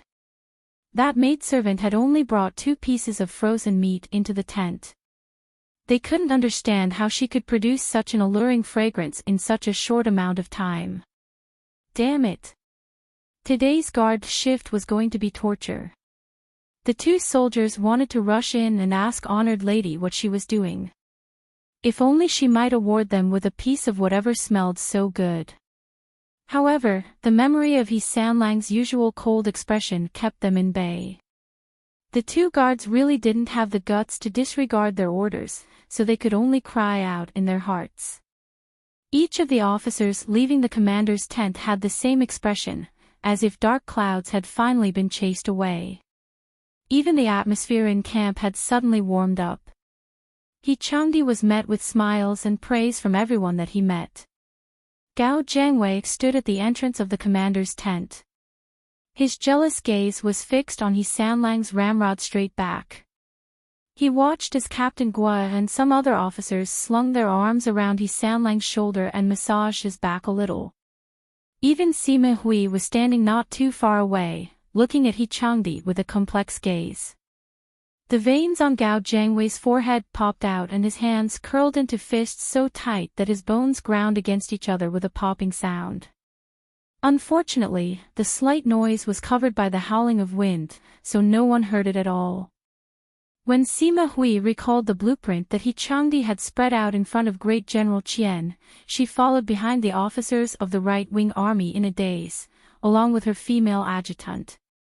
As she watched how close Xiao Hongyu, Captain Gua and Zhang Mai seemed to be to He Sanlang, envy rose from her heart. Sima Hu's bold eyebrows drew together with a trace of sadness as the worried Xiaoju watched her general's reaction from the side. Captain Gua and the others in front quickly reached He Changdi's tent. The moment they arrived, a faint and tantalizing aroma drifted over. Mixed in with the cold wind, the aroma became even more distinct. Xiao Hongyu's first reaction was to scold the culprit behind the aroma. Damn. Which bastard is eating secretly by himself? Why does it smell so good?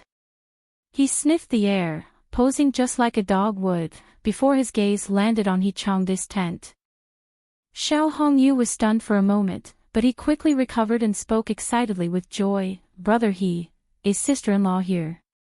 By the time He Sanlang finally regained his senses, he realized that the wicked woman was cooking up something again. Sima Hui stared blankly upon hearing this from behind their party. He Sanlang's wife, Honored Lady Jeannie. That delicious aroma piqued her curiosity. She suddenly wanted to meet Honored Lady Jeannie.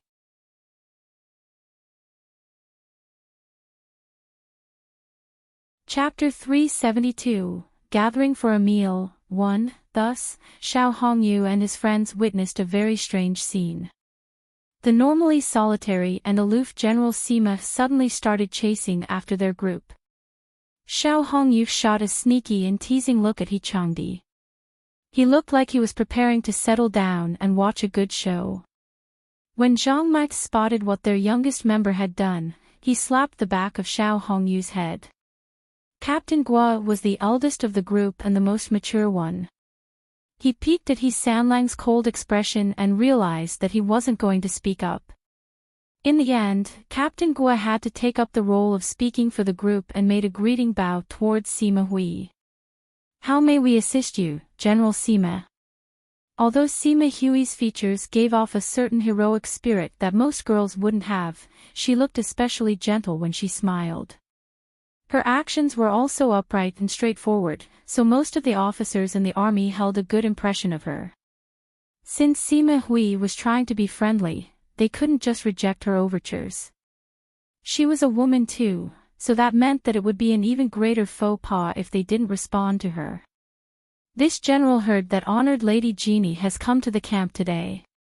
The last time Honored Lady came over with extra supplies, this general wasn't able to meet her, so this time, this general has to pay her a visit today at the very least.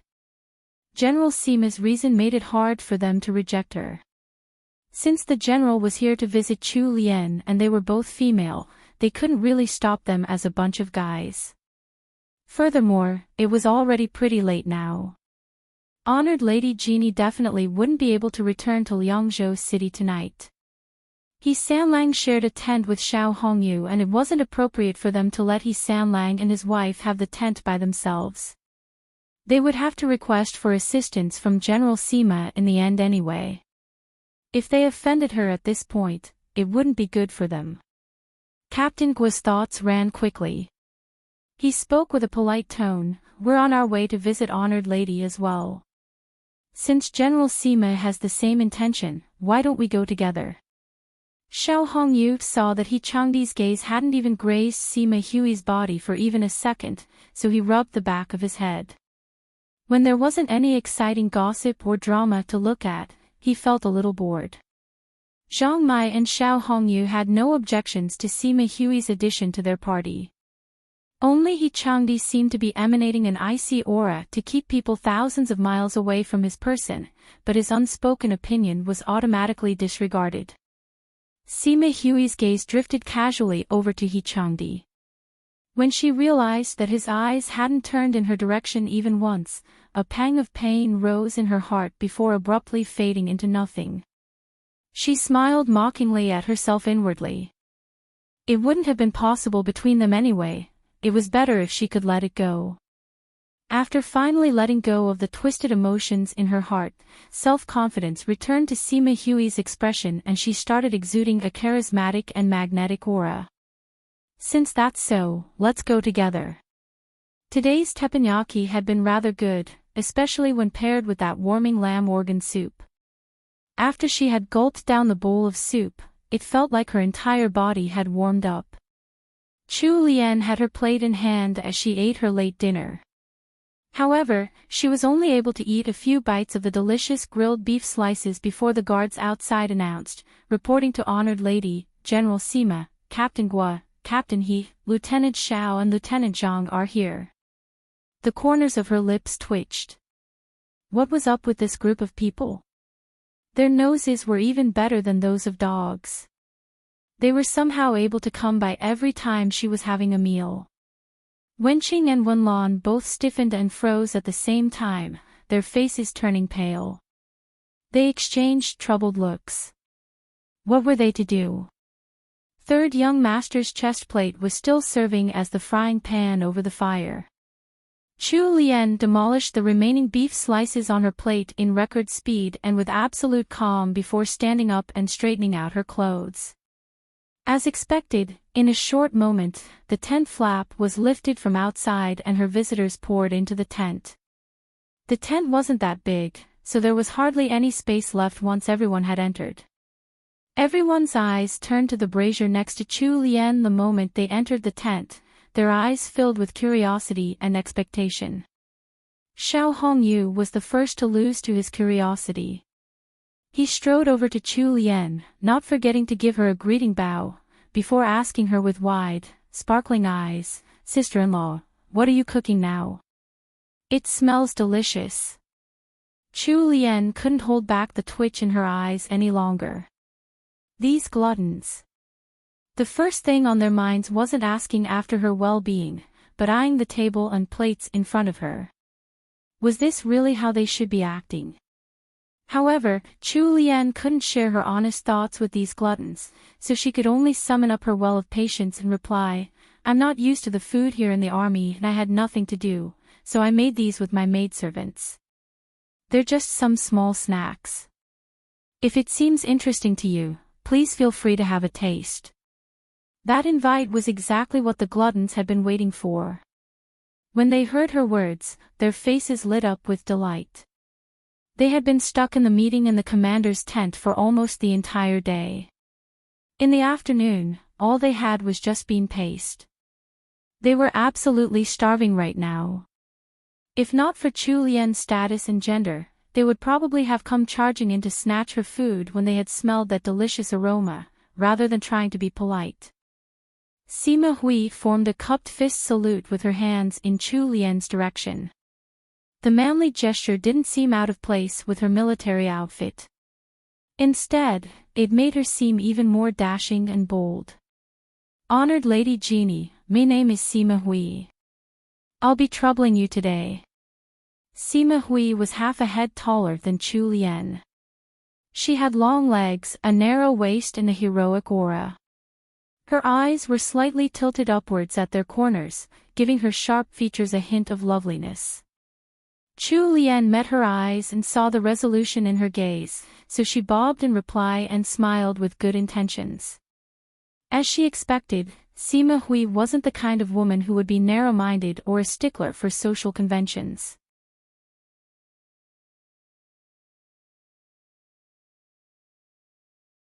Chapter 373, Gathering for a Meal, 2. He Changdi hadn't looked at Sima Hui since the start, although it wasn't clear if he was simply presenting his best behavior in front of Chu Lian or trying to avoid suspicion. His gaze darted to Chu Lian's tiny face from time to time. When he saw that her almond-shaped eyes were looking brightly at Sima Hui with admiration, he felt a sudden wave of dissatisfaction within. Ha! This wicked woman had never looked at him with worship like that. What? Could it be that he couldn't be compared to Sima Hui in her eyes? He Sanlang's hands curled into fists and his dislike towards Sima Hui grew even more. Captain Gua poked his head out of the tent and ordered the nearby guards to bring over a few more tables. There were 6 of them here and the tiny side table in the tent wasn't enough to accommodate all of them. The guards worked quickly and brought over 4 tables in just 15 minutes. All of them were part of the army and Sima Hui was a female general. Chu Lian was a married woman with her husband right there with them, so they sat together without any restraint. The person with the highest status, Sima Hui, was given the right to pick her seat first. However, she shook her head and smiled before allowing Chu Lian to find a seat first. Following that, before the rest had a chance to speak, she sat herself right next to Chu Lian. Chu Lian admired how outspoken and straightforward Sima Hui was, so she had no issue with having the general right next to her. About half a meter away from Chu Lian's side, Wenqing and Wenlan were still grilling slices of beef and mutton. She turned and gave them some orders. When she turned back, she was met with the sight of a expressionless He Changdi pulling away a wailing Xiao Hongyu from her side and seating himself in the remaining seat next to her. Xiao Hongyu couldn't beat He Sanlang, so he could only admit defeat and sit next to He Sanlang instead. Captain Gua and Zhang Mai were already old friends, so they picked a seat without any fuss. Actually, Xiao Hongyu didn't have any other intentions. He just wanted to sit a little closer to the brazier where the amazing food was being cooked, so he could eat more. It was just a teeny-tiny request, but brother he refused to fulfill it. What a good sworn brother. Chu Lian took 2 plates of grilled beef slices from Wenlan and placed them in the center of the combined table. She pointed at a plate with lighter-colored slices and explained, "These are teppanyaki beef slices. The ones in this plate are just plain and the ones in this other plate are spicy. If you've never eaten spicy food before, be careful when you're eating these. Take a small bite so you won't choke on the spiciness." Captain Gua and the rest weren't going to stand on ceremony before a delicious spread like this, especially Xiao Hongyu. He had eaten at the He estate before, so he knew that honored Lady Genie servants cooked very tasty food. If not for Sima Hui's presence, he would probably have stolen one of the plates for himself and run off. Right before Chu Lian finished speaking, the men before her were already gulping down the food voraciously. The grilled beef slices were lean and seasoned well. The special seasoning complemented the natural taste of the beef, bringing tears to the eyes of the men who had been eating bean paste for a month. Sob, sob, sob. This was proper human food. That bean paste they had been eating was only fit for feeding pigs. The wretched sight of the 3 men eating didn't faze He Sanlang at all. He sat ramrod straight at the table without touching his chopsticks. His eyes seemed to be fixed on the table, but he was actually watching Chu Lian from the corner of his gaze. It was Sima Hui's first time seeing Captain Gua and the rest eat like that. She was stunned and could only continue staring blankly for some time. It was only when Chu Lian spoke up from beside her that she finally regained her senses. Chu Lian was already used to seeing reactions like those of Captain Gua and the rest after opening Gillen restaurant.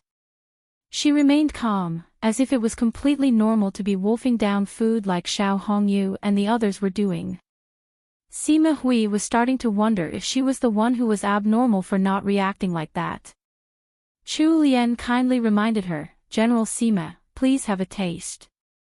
They're eating really fast." It was only then that Sima Hui picked up her chopsticks and reached towards the plate. Unfortunately, she was still too late. The last slice of spicy beef was quickly taken away by Xiao Hongyu. Sima Hui. Chu Lian. Xiao Hongyu didn't notice that he was being judged at all. He was still immersed in the delicious food. The spicy ones seemed to carry more flavor and were even better than the normal beef slices. Chu Lian was too lazy to reason with a glutton like Xiao Hongyu. She shot a look at the busy Wenqing, who quickly passed over a smaller plate to Chu Lian. There were 2 freshly grilled beef slices on the small dish. She set the dish in front of Sima Hui and smiled, "General Sima, please try this." As thick-skinned as Xiao Hongyu was, he still didn't have the guts to steal from Sima Hui's dish. He could only chew on his chopsticks with a pitiful look on his face. Sima Hui used her chopsticks to pick up a slice of beef and blew on it first, before putting it into her mouth. She chewed once, twice, before her eyes abruptly lit up. Following that, her chewing got faster and faster. Even though she had been raised on the best delicacies that money could buy and she had eaten plenty of good food back in Shandong, Chu Lian's little beef slices had already conquered her taste buds in seconds.